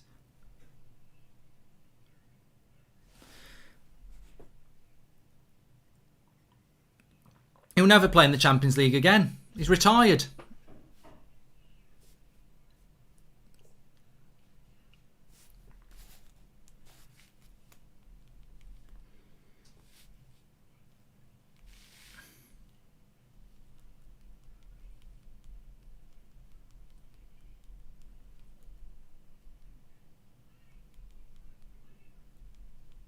Zach has just gone there. Oh, no. I'll tell you what, it would be interesting if Arsenal could get a goal back. I did say 2-2, and Arsenal have got to go for it because it's embarrassing. Of course, if Arsenal manage to get a draw from this, they're probably going to win the Champions League, according to some of their fans. I genuinely think if Spurs are top of the league by January and they sign a quality centre-back in January, then they win the league, says Sharath Kamath. But they've already bought their centre-back. They bought Rodon, didn't they? Do you think we could get Partey in January, says Matic FC? I tell you what, this is what Thomas Partey would say to a move to Manchester United in January. Please, save me! Save me! But it's not going to happen, is it? He's only just joined for Arsenal. That's his problem. His agent probably thought Arsenal were the same as they were 20 years ago. Should have done your own work. Hashtag free Partey, says Palmerius. Should have done your own work.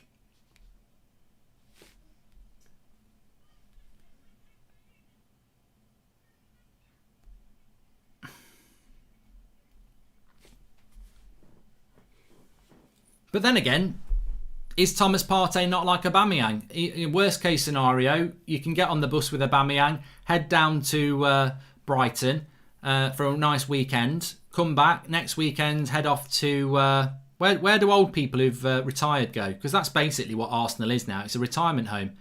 We'll pay you good money and you can just retire. So, you know.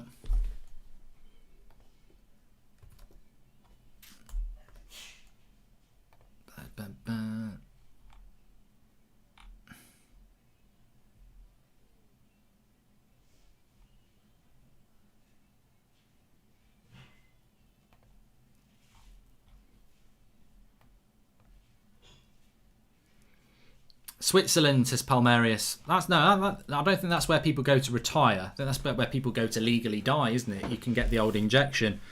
That's Arsenal Football Club. I tell you what, John Manfield, I agree. Awar dodged the big bullet. You know, one of the best up and coming midfielders in Europe. Well done, not going to Arsenal. Arsenal just doing an Arsenal, says Charlie M. Yeah. Well, Zane quit at half time. Anyone asking where Zane is? He quit at half time. I've got some positive news for Arsenal. It doesn't matter how bad you play this season, you can't be relegated. The reason you can't be relegated is because we've got 4 of the worst teams the Premier League has ever had in Fulham, West Brom, Sheffield United, and Burnley. They are absolute trash. So there's not going to be any shock relegation for Arsenal this season. Do you think Man United can win the league if we get a world-class centre-back and CDM in January? Because I actually do, says Stephen. We'll be talking about that on the 8 o'clock show, mate. But United at the moment are definitely in with the race. I'm talking about defenders like Skriniar, says Sharath Math Fitness. Mate, to get someone like Skriniar to sign for Arsenal, they'd have to get him really pissed and get him to sign a piece of paper that when they fold it out, they go, "Ha! It's a contract, you're stuck." No one of that quality is going to come to Arsenal. They're not stupid. What Arsenal need to do, I'm sure Football Manager has this. You know like when you're scouting a player on Football Manager and you want a quick player who's left-footed who can play centre-back and CDM. Arsenal need another filter, which is low IQ. So they need world-class players with low IQ who are so thick that they think coming to Arsenal is a good move for their career. Arsenal need a filter for IQ level because any clever footballer ain't coming anywhere near him. Son with the corner, headed away. And he's going to whip this in again. Arsenal clear it. Stretch mark, says Bruce. Yes, we'll have a stretch, thanks. Son, give it to Son. Son on the left-hand side. Cuts inside, lays it. Oh, it's a terrible pass by Son, that. Yeah, Daniel Lynch. Phil Jones is about the sort of player. He'd be a good signing for Arsenal. I'm not doing Liverpool versus Wolves watch-along, Kai Fletcher. I was, but I've got to do the 8 o'clock show for the United stand, which I'm really looking forward to, actually. I will have it on. I'll have the match on when I'm doing the 8 o'clock show, but it's Flex's birthday weekend, so he's out, so I need to present it, which is fine. Absolutely fine. I've really enjoyed this watch along though. It's been a lot more passionate than I thought it would be. So thanks everyone for tuning in. Who would you say are favourites for the title? Says Jim Nicol Turner. Spurs are going to be top of the league tonight if it stays like this. If Liverpool win as well, teams are just pulling away. As I said, I think that at the moment the top 4. Well, look, whoever's going to win the league, we can talk about, but I think certainly the top 4 contenders are pulling away, and there's 6. There's Spurs, Chelsea, Liverpool, Man City, Man United and Leicester at the moment. And I think there's a gap starting to break between those 6. Arsenal are out of the top 4 race. Unless they can get a result here now, they're out. 11 points off Spurs. And they've still got some tough games to come in December. I think they've got to play Chelsea on Boxing Day. I think they've got Wolves. No, they've already played Wolves. So, yeah. As for the title, I think Chelsea have got a very good chance. And I think Liverpool are still my favourites. Man City just don't seem consistent enough to me. But it depends how many people, how many points drop down. Cyprus says, man said Leicester. Mate, you might want to have a look at the league table. Leicester are 3rd with 21 points. I mean, I don't think Leicester will be in a race for top 4, but they're on 21 points and they're in 3rd place. So, you know, I don't know how they've managed to do that, but they are. Do I think Spurs will get a trophy this year, says Reese. Mourinho always wins a trophy in the second season in his first 2 years. So there you go. I despise Arsenal and AFTV, but does it come to a point now where you feel sorry for them rather than just bantering that a giant of the club falling? Andrew, you're right. I don't know where you were at half time, but we've spoken about that. I do feel sorry for Arsenal. I think I feel sorry for how deluded some of their fans are, that they still get really angry because they think they should be winning games. I understand getting angry because you're losing. I understand getting angry because your players aren't good enough. And I understand getting angry with your board. But some Arsenal fans still think it comes down to individual talent as to why, individual players as to why they'll lose this game. It's so obvious to me that it's a collective with Arsenal. It's not just 1 or 2 players that have cost you the game. Your entire team is dreadful. Mark, just like Pogba who came to United and ruined his career, Bruno won't win anything either. So Zane, oh, you know what, Zane? You're like the boxer who's been absolutely battered, right? And you're on the floor, finished, but you're still refusing to say that you've lost. You're like waving your fist on the floor while everyone's laughing at you, trying to act big. Like Man United are levels above you. You know, you're in the basement and we're on the skyscraper roof in a nice warm jacuzzi drinking champagne compared to Arsenal. And look, we need to improve a lot. I'm not saying United are the finished article, we're not, but we're nowhere near where you are. And that's I'm not even bantering you. It's true. There's no joke there. That's true. You're miles off. You need to focus on yourselves. You know, the reality is that you are celebrating.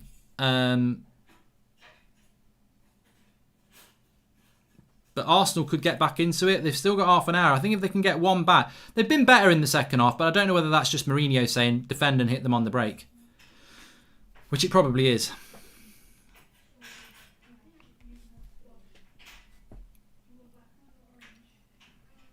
What's the difference between Manchester United and Arsenal? Well, the difference is Manchester United are worrying about catching Spurs and Chelsea and Liverpool, and Arsenal are worrying about Brighton and Sheffield United catching them. You know, we're looking forward. They're stuck in reverse. What's that? They're like Coldplay stuck in reverse.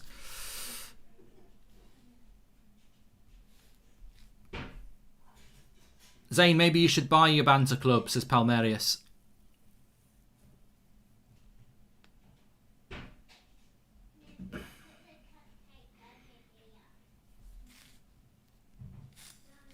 Do I think Arsenal can get back into it? Look, football's a funny old game. Of course they can get back into it. If they get 1 goal back, Spurs will probably sit back a little bit. So, you know, anything can happen. But I don't think that... I'd be very surprised if... Well, no.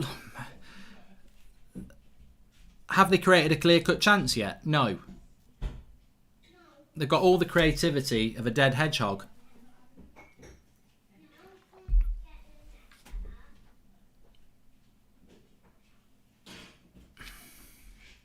Stoke are better than Arsenal, says Jack Boyle. Thoughts on Chelsea, says DJ and Rue. They're in a title race at the moment. I think that's basically what I would say about them. They're definitely in a title race, and I think there's some very interesting games to come up over Christmas. I think the league table will be very interesting on January the 1st, considering. Remember, the Premier League started a little bit late this season, about middle of September instead of middle of August. So we're about a month behind where we should be. So I think after the Christmas run of games, it's going to be really interesting to see how the league table looks. And I hope it's not Liverpool and Man City 1 and 2 starting to stretch away.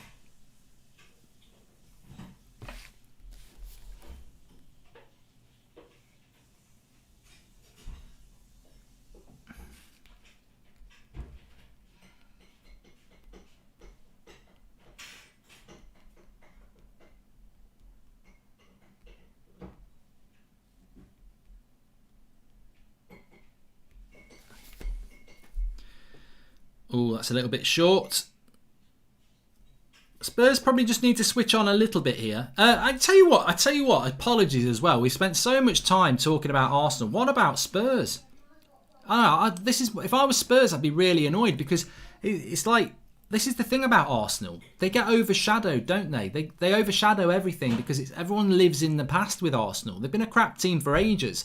Let's talk about Spurs a bit. I mean, the job that Mourinho's done, and more importantly, his coaches around him and his evolution as a manager. Because look, I saw Mourinho at Chelsea get the sack. I saw him at Manchester United every week get the sack. Didn't get sacked every week, but I saw him every week before he got the sack. And I thought Mourinho, and there'll be tweets out there, I thought Mourinho was dusted because he was just an archaic manager, Jurassic Park, who just wanted to play defensive football in the modern game. At Spurs, he's evolved. He's still a defensive coach in the way he organises his team, but the speed in which the team plays, their transition from back to front, this is a different Mourinho, and you've got to applaud him for that because he had to evolve. Mourinho wasn't ready to retire. He wants to still be one of the best managers in the world, and to do that, he couldn't do it with the way that he was playing. So you've got to applaud Mourinho for that. You've got to, I think the guy he brought in as assistant manager, which came in from Lille, fantastic. Some of the football they've been playing this season specifically, the combinations between Kane and Son have been brilliant, but it's definitely tactical as well. The Sissoko and Højbjerg CDMs, the creativity from the Ndembeles and the Lo Celsos, the signings they made as well. Reguilon at left back's been brilliant. Eric Dyer at centre back has actually worked, even though I never thought it would. And as I said, the transfers, Gareth Bale, he's not even had to use him yet, but even if that half works, it's brilliant. What a save by Lloris. I think he made a meal of this. Good cross. Lacazette gets the header. Lloris tips it round. At half a chance there for Arsenal. Lacazette looks to the sky, but to be honest, I don't think he could have done much more. Well, he could have done, actually. He could have got it in the bottom corner. But it's a good save from Lloris. The game is not over yet. So, yeah, I think that Spurs have been a real success story this season. Probably the success story, because if they finish the day top, yeah, Chelsea have done well, but a lot of people sort of predicted Chelsea would do well. I was thinking about this yesterday in the shower. I wasn't getting excited, don't worry. But I was thinking, you know what? If I'd said to Chelsea fans this time last year, in a year's time, you will add Havertz, Ziyech and Werner to this team, they would have gone, oh my God. And everybody else would have done. And that's literally what they've done, and more. They've added a good goalie, a few other players, Chilwell and Thiago Silva, a couple of others. So Chelsea, who were a good team a year ago, have added Ziyech, Werner and Havertz. They're naturally going to be a good team. And, you've still got to coach it, and Lampard's doing a good job. But I think Spurs have been the breakout team of the season. Nobody would have expected Spurs to be top of the league coming up for Christmas, playing as well as they are. So massive shout out for Spurs. How long they can stay here, I don't know. I still think Spurs. I've seen Spurs play a lot this season, but they could easily have had another 4 points. Newcastle, that late equaliser. West Ham, 2 late equalisers. But then they've won games late, haven't they? Like Burnley. So yeah.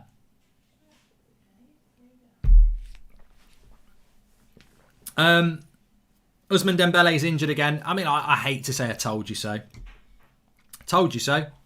I did. Do you reckon Van Dijk will be back for the season? Says Oscar Davies. He's back in training, isn't he? But he's not nowhere near being fit. I mean, you wouldn't want to rush him back. I don't know. Look, modern science is amazing these days, but I wouldn't expect to see Van Dijk back any time before March. And the thing is, there's so many games now that if you brought Van Dijk back in March, would you then start playing him 3 games a week anyway? They've got to be sure when they bring him back. I agree, Mark. Hopefully City and Liverpool won't pull away, and I won't mind if Spurs or Chelsea and United obviously being able to hold on and don't slip off, says Dylan Jeffrey. And I think, Spurs deserve a lot of credit, and I'm glad that we spent a few minutes talking about them. They deserve loads of credit, Spurs, but how long they can stick with it, I don't know. But if they believe, and Mourinho can get into their heads because he's got the experience, then it's great. And I've said this about Mourinho before. He's a genius in relation to how he can compartmentalise the season.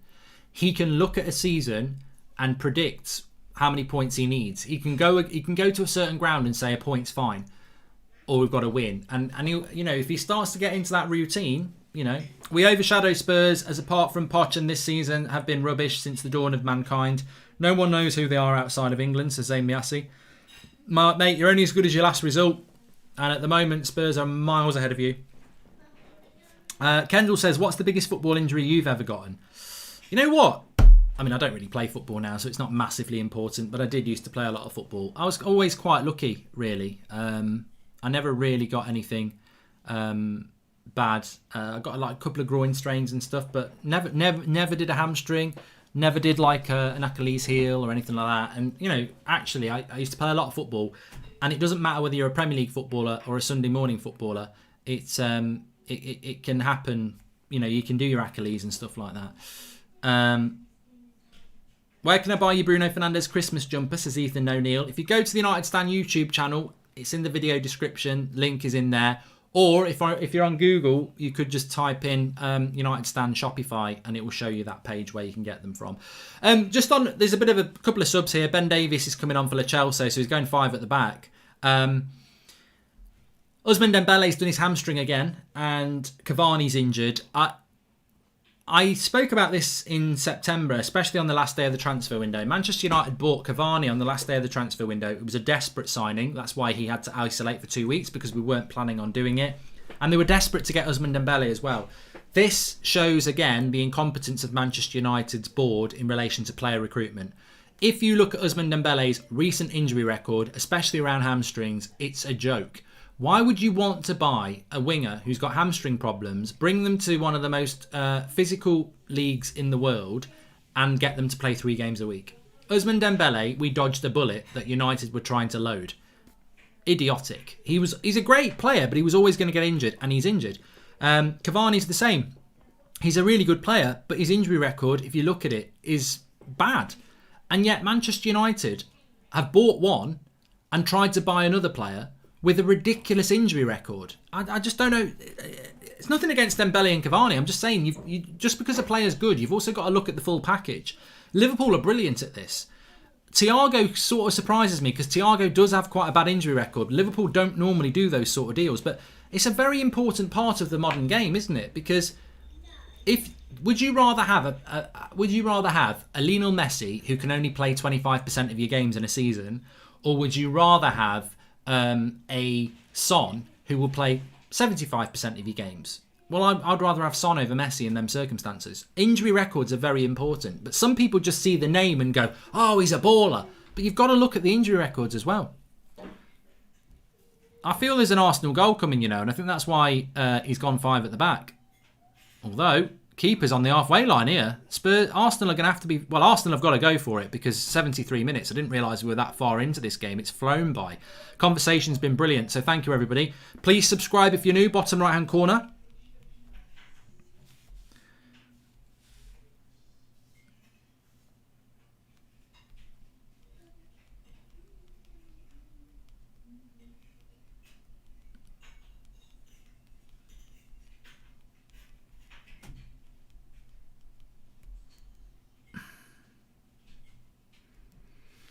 I'm just wondering if we could hit 270,000 subscribers. Bottom right hand corner, we're on 269,000, so please subscribe if you're new. Bottom right hand corner.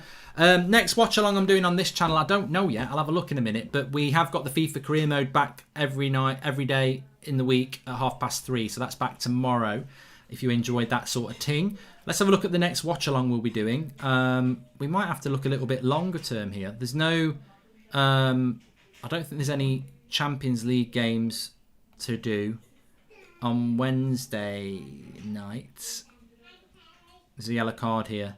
Oh, God, they're crap games on Wednesday. Liverpool have got Midtjylland. That's easy. Man City have got Marseille. They've already qualified. Real Madrid, Mönchengladbach. Do I really care?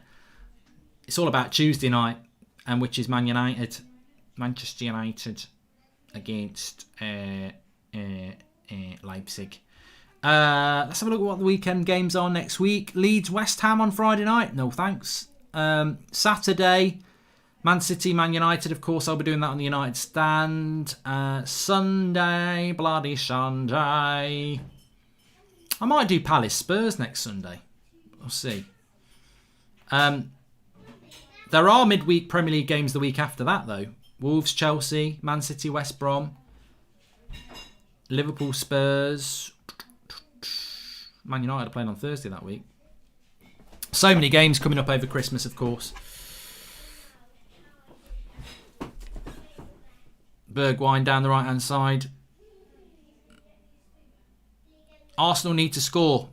I did predict 2-2. I'm not so sure. I can't do Juventus versus Barcelona, can I, when they're kicking off at the same time as my team, Manchester United, in the biggest game of the season? If we lose, we're back in the bloody M&L Cup with these prats. Look, you can banter Arsenal you like, but is it not just the normal level for Arsenal now? Man United in the Europa League would be a joke. I'll be devastated if United are back in the Europa League. I really will. And I will get bantered, of course, but I'll be devastated. You ever thought about doing a career mode on a team that isn't United, Marks, as Kendall? I did Arsenal. I've done Villa before, yeah. And I think what I'm going to do is, hopefully if I get a PS5, I might just do an exclusive Twitch career mode on PS5, because I'll keep my United one going. I think my link's in the video description if you're on Twitch, by the way. If you want to give me a follow, that would be great. But here's Willian. Gives it to a Spurs player.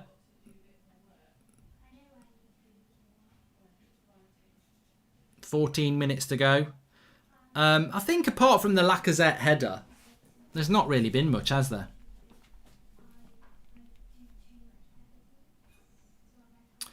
I think United will get something, Archie. I don't know whether we'll win, but I think Arsenal will get something against Leipzig. I'm confident that, well, you know, you've seen United. Absolute shit against West Ham. Bruno and Rashford come on and we look like a different team. So if those two are starting and Pogba can build on that one performance, then I think that will be huge.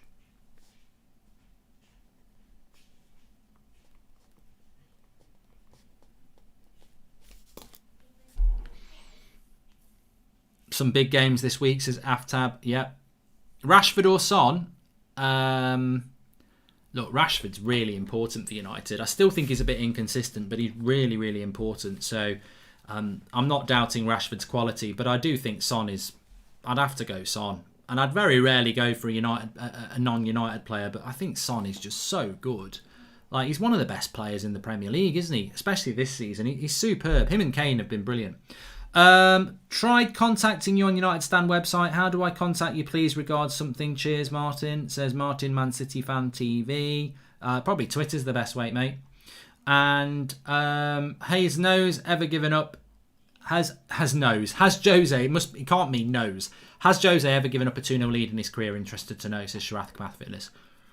Answers on a postcard for that. I would imagine he has at some point. What's your top four, says Kieran Sawyer. I'm still going to stick with Liverpool first, Chelsea second, Man City third and United fourth. But I tell you what, Spurs, they are a cockerel amongst the pigeons at the moment, aren't they? It is a cockerel, isn't it, with them? We didn't get to play either or at half time. Let's do a quick either or in the last few minutes whilst we're watching the match, actually. Martial or Son? Well, it's the same answer, isn't it? It's Son. Kevin De Bruyne is the best midfielder in the world and I'm Portuguese, says Daniel Ferreira. Well, he is at the moment, but I wouldn't swap him for Bruno. Got no defence, got no attack. Karanke wants his money back with a knick-knack paddywhack. Give a dog a bone. Texting Wenger, please come home. I like that one, Kieran Landgren. Let me do it. Got no defence, got no attack. Kroenke wants his money back with a knick-knack paddywhack. Give a dog a bone. Texting Wenger, please come home. Got no defence, got no attack. Kroenke wants his money back with a knick-knack paddywhack. Give a dog a bone. Texting Wenger, please come home. That works. Well done, Kieran. Well, like Elton John and the bloke who writes it. Mark, do you think with the injuries to Cavani and Martial will play the diamond with Bruno, Paul and Donny against Leipzig, says Dylan Jeffrey? Well, we've only got Greenwood and Rashford fit, so I think he might want to play that, and it worked really well in the first leg, so hopefully we will do that, because I don't know how we can play a front three without playing somebody like that. I'll tweet you in the next 5 minutes at Horsey City. Cheers, hope you see it, Martin, says Martin, Man City Fan TV. Well, I will see it, mate, because I'm going to have a check after this.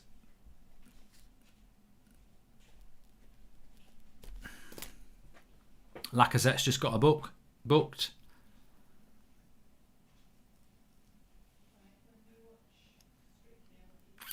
Kieran, that's amazing.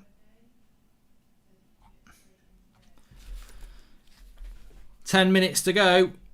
Arsenal have been better this half, but better is not going to be good enough at the moment.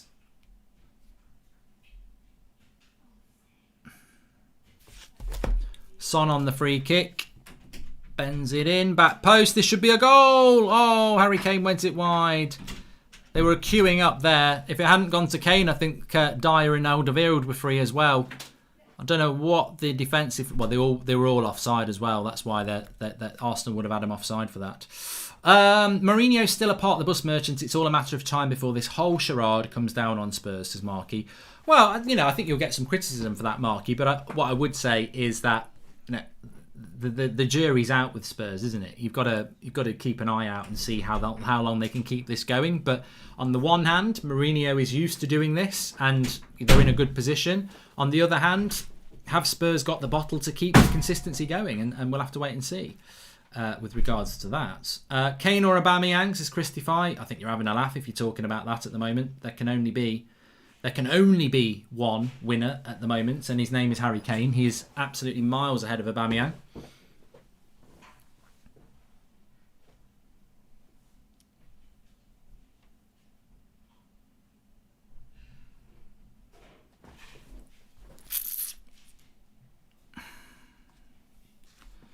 Arsenal just got the ball here at the moment.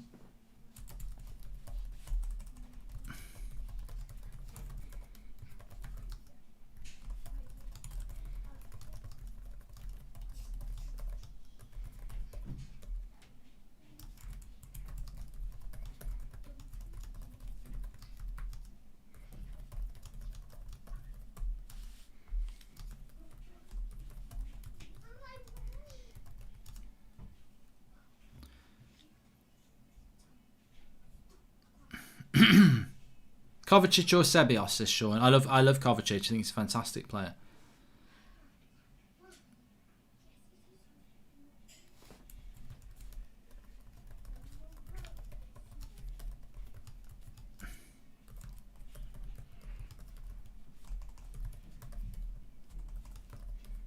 Back post. Oh, Xhaka nearly got there. I'm actually quite hungry now, actually. People are talking about hungry. But prime Aguero or prime Kane? I think Aguero, Robin Young. I mean, Aguero was amazing, wasn't he? Barcelona and Juventus are playing. Watch along, says Pure as Gold. Manchester United and Leipzig are playing. I'm a Manchester United fan. Forget Barcelona and Juventus. I don't think Mourinho will be able to keep this up. It reminds me of the year he got second with United. Very, very stark similarities, says Marky. But you know what? If you look at the Spurs bench today, and obviously Ndembele wasn't even on the bench, so they have players that weren't even on their bench. You've got Vinicius as a striker. You've got Lucas Moura. You've got Bale. You've got Harry Winks. They've got quality. Good block. What a block that is by Alderweireld. I think Aubameyang did quite well there. In the box, gets his shot off, and Alderweireld blocks it.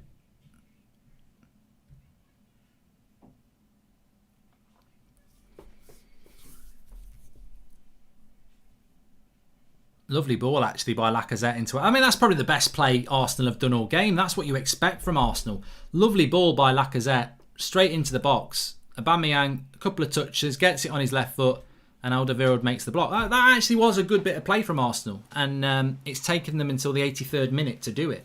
You know, play to your strengths. Get Aubameyang on the ball, running at their centre-backs. 84 minutes. They're going to have to move quick, Arsenal, here. And you start to wonder what Arsenal's season's going to be, because it's basically Europa League or bust, isn't it? They are 11 points off first place, but it's not just about that. Hold on a minute. It's not just about that. It's the fact that they're also, whilst they're 11 points off the top, they're also 8 points off fourth. And if Man United and Man City win their game in hand, they're 8 points off sixth. So it's not looking good for Arsenal. They're in a really bad situation, and it's a sad Christmas for them at the moment.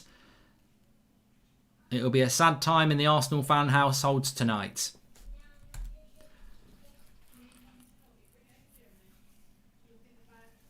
If you're a non-footballing supporter, married or in a relationship with an Arsenal fan, it might not be a happy household tonight. Best to just go in your room and watch Home Alone, and if they want to join you, they might do. If not, leave them alone.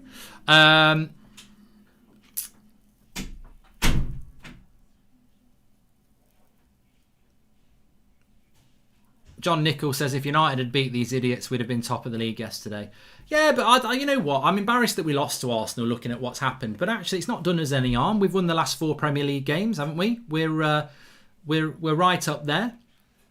I think United at the moment, we're very happy with that. Arsenal haven't won since, and they're out. Their season's over. So, yeah, of course, I would have liked to beat Arsenal, but we probably wouldn't have then gone on and won our next 4 Premier League games. So it's all swings and roundabouts. And maybe if we'd beaten Arsenal, Arsenal would have reacted, and they might be ahead of us. So everything happens for a reason, doesn't it? And I think that you know, I'm happy with what's happening with United, and I'm very happy with what's happening with Arsenal. I would have preferred a draw, but I think this is what Arsenal are now. I think they need a hole. It's a bit like your Wi-Fi router, and it's got that hole that you stick a pencil in to reset it. That's what Arsenal need to do. They need to find the hole and stick a pencil in it and find the reset button, because it ain't just 1-2 players. I thought actually Partey's a good signing. Gabriel was a good signing. Willian looked a good signing. Tactically, they're a joke. Their players just do not have the right attitudes. Their board isn't. The club's not run well. They're in a problem. And whatever anybody says about Ole Gunnar Solskjaer, our players clearly are playing for our manager, because we've been behind in games and they could just go, we don't fancy it, let's get rid of another manager. And they haven't. They've responded. So Arsenal reset button, they're a mess. And yeah, there will be people out there saying we lost because of Bellerin. You're an idiot. You don't understand football. If you're blaming it on Bellerin or you're blaming it on individual players, you don't even understand the club you're supposed to support. This is a team issue. This is a top to bottom issue at Arsenal. Xhaka is rubbish. Henderson is a rubbish Henderson. He's terrible, says Jack Brown 852. I actually think Scott McTominay, Phil Jones, Marcus Rojo, Romero, Mata, Dan James, I think they'd actually improve Arsenal. I'm not even joking. I think those 5 players would improve that team, because they're miles off.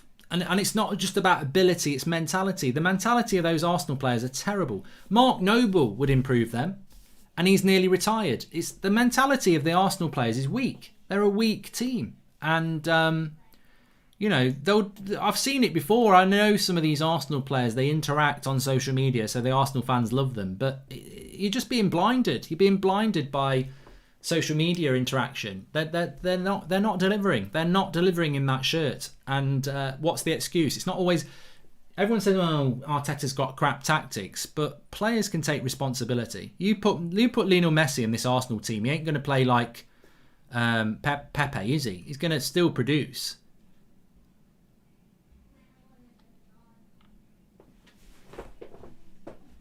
Lucas Moura's just come on as well. I mean, we're in the 88th minute. It's not looking good for Arsenal here.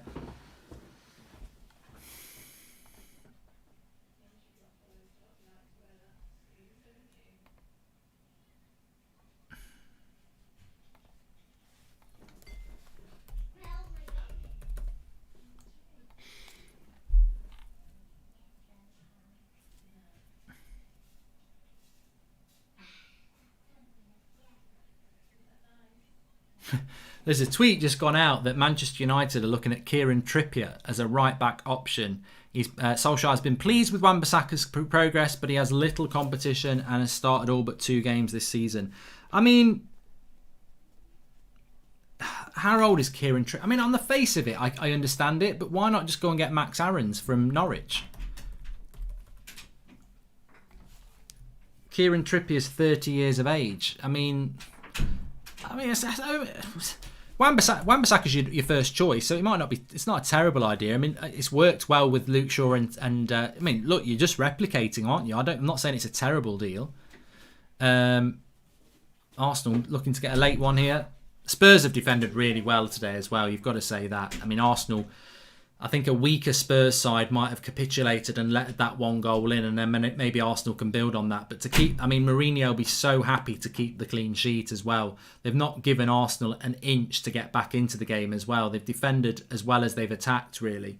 Clinical on the attack, Spurs, and defensively very good. And I think when you look at the I'd be very surprised if I'm wrong on this, but I bet when we look at the match stats, it won't be domination from Spurs anywhere near it. Let's have a look, actually.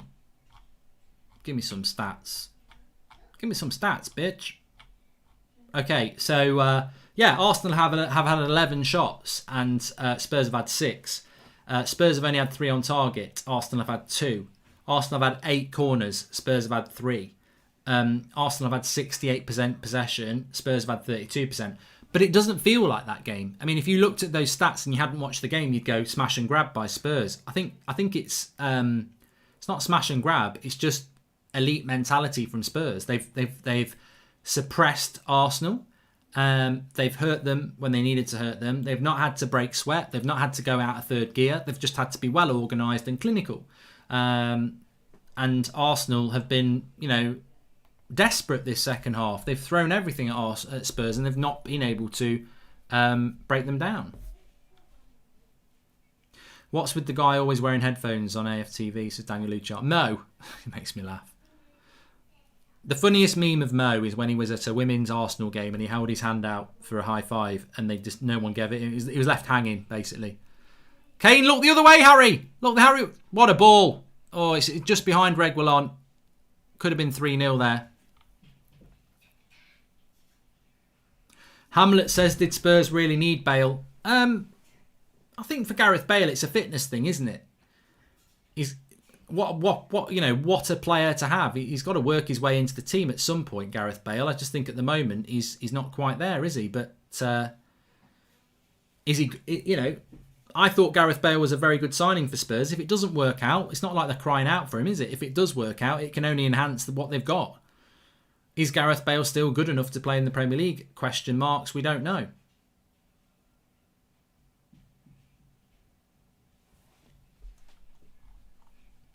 Get Lamptey or Lana Rhodes, says JG. Well, I don't think Lana Rhodes could play at right back, to be honest. And Chelsea says, even Sir Alex Ferguson had bad Champions League moments. Ollie needs more leaders like Bruno. We don't have enough of them. CDM is crucial so we can use Van der Beek, Bruno and Pogba. We need a CDM. We need a CDM. You're absolutely spot on. Please subscribe to the channel if you're new, by the way. Bottom right-hand corner to do that. We're closing in on 270,000. Thank you everyone who's tuned into this stream. Really enjoyed it, actually. It's lived up to it. I think maybe the game's not been a classic North London derby, but I think the live chat and interaction has been brilliant. It's flown by. So big shout out to everybody. I've really enjoyed it. Do a lot of watch-alongs on this channel, so subscribe if you're new, bottom right-hand corner. Also do my FIFA career mode, and I've got some different content ideas for here in the new year as well. So lots going to be going on this channel. Everybody's welcome. It's obviously I've got United Stand 8 o'clock tonight. Lots we're going to be talking about there. But this is the channel where everyone can get involved. Doesn't matter who you support. And I think with the referee's about to blow up here. Has he blown up? Yeah, Jose's there. He's doing that. He's doing that. He's loving it. He knows that's a big win. 11 points ahead of Spurs. Arteta looks like a man in trouble. He looks like a YTS guy. He looks like a work experience guy compared to Mourinho, who is the Don. Arteta is out of his depth. It is not working. JG says that Lana Rhodes is good in every position. And Jose is pumping, says Emery. Do you think Jorginho would be a good signing, says Harry Shepherd? Depends who it's for. Jose lapping it up, says Banjola. 11 points. 11 points. 11 points. ahead of Arsenal.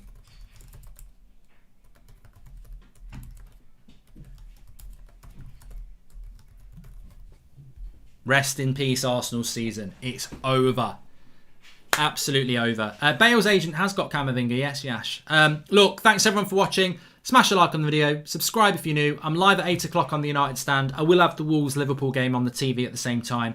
But I can't do a watch along on here because I've got to do the 8 o'clock show on the United Stand, which is going to be really good. We've got Kev, we've got Beth, we've got Ricky. So I'll see you on there at 8 o'clock, United Stand. Subscribe to this channel and I'll speak to you later. And we're back on here tomorrow at 3:30 with the FIFA career mode. Looking forward to that. Bang. Thank you. What a stream as well. Big shout out. Love to you all. Really enjoyed the chat and I'll speak to you in a bit.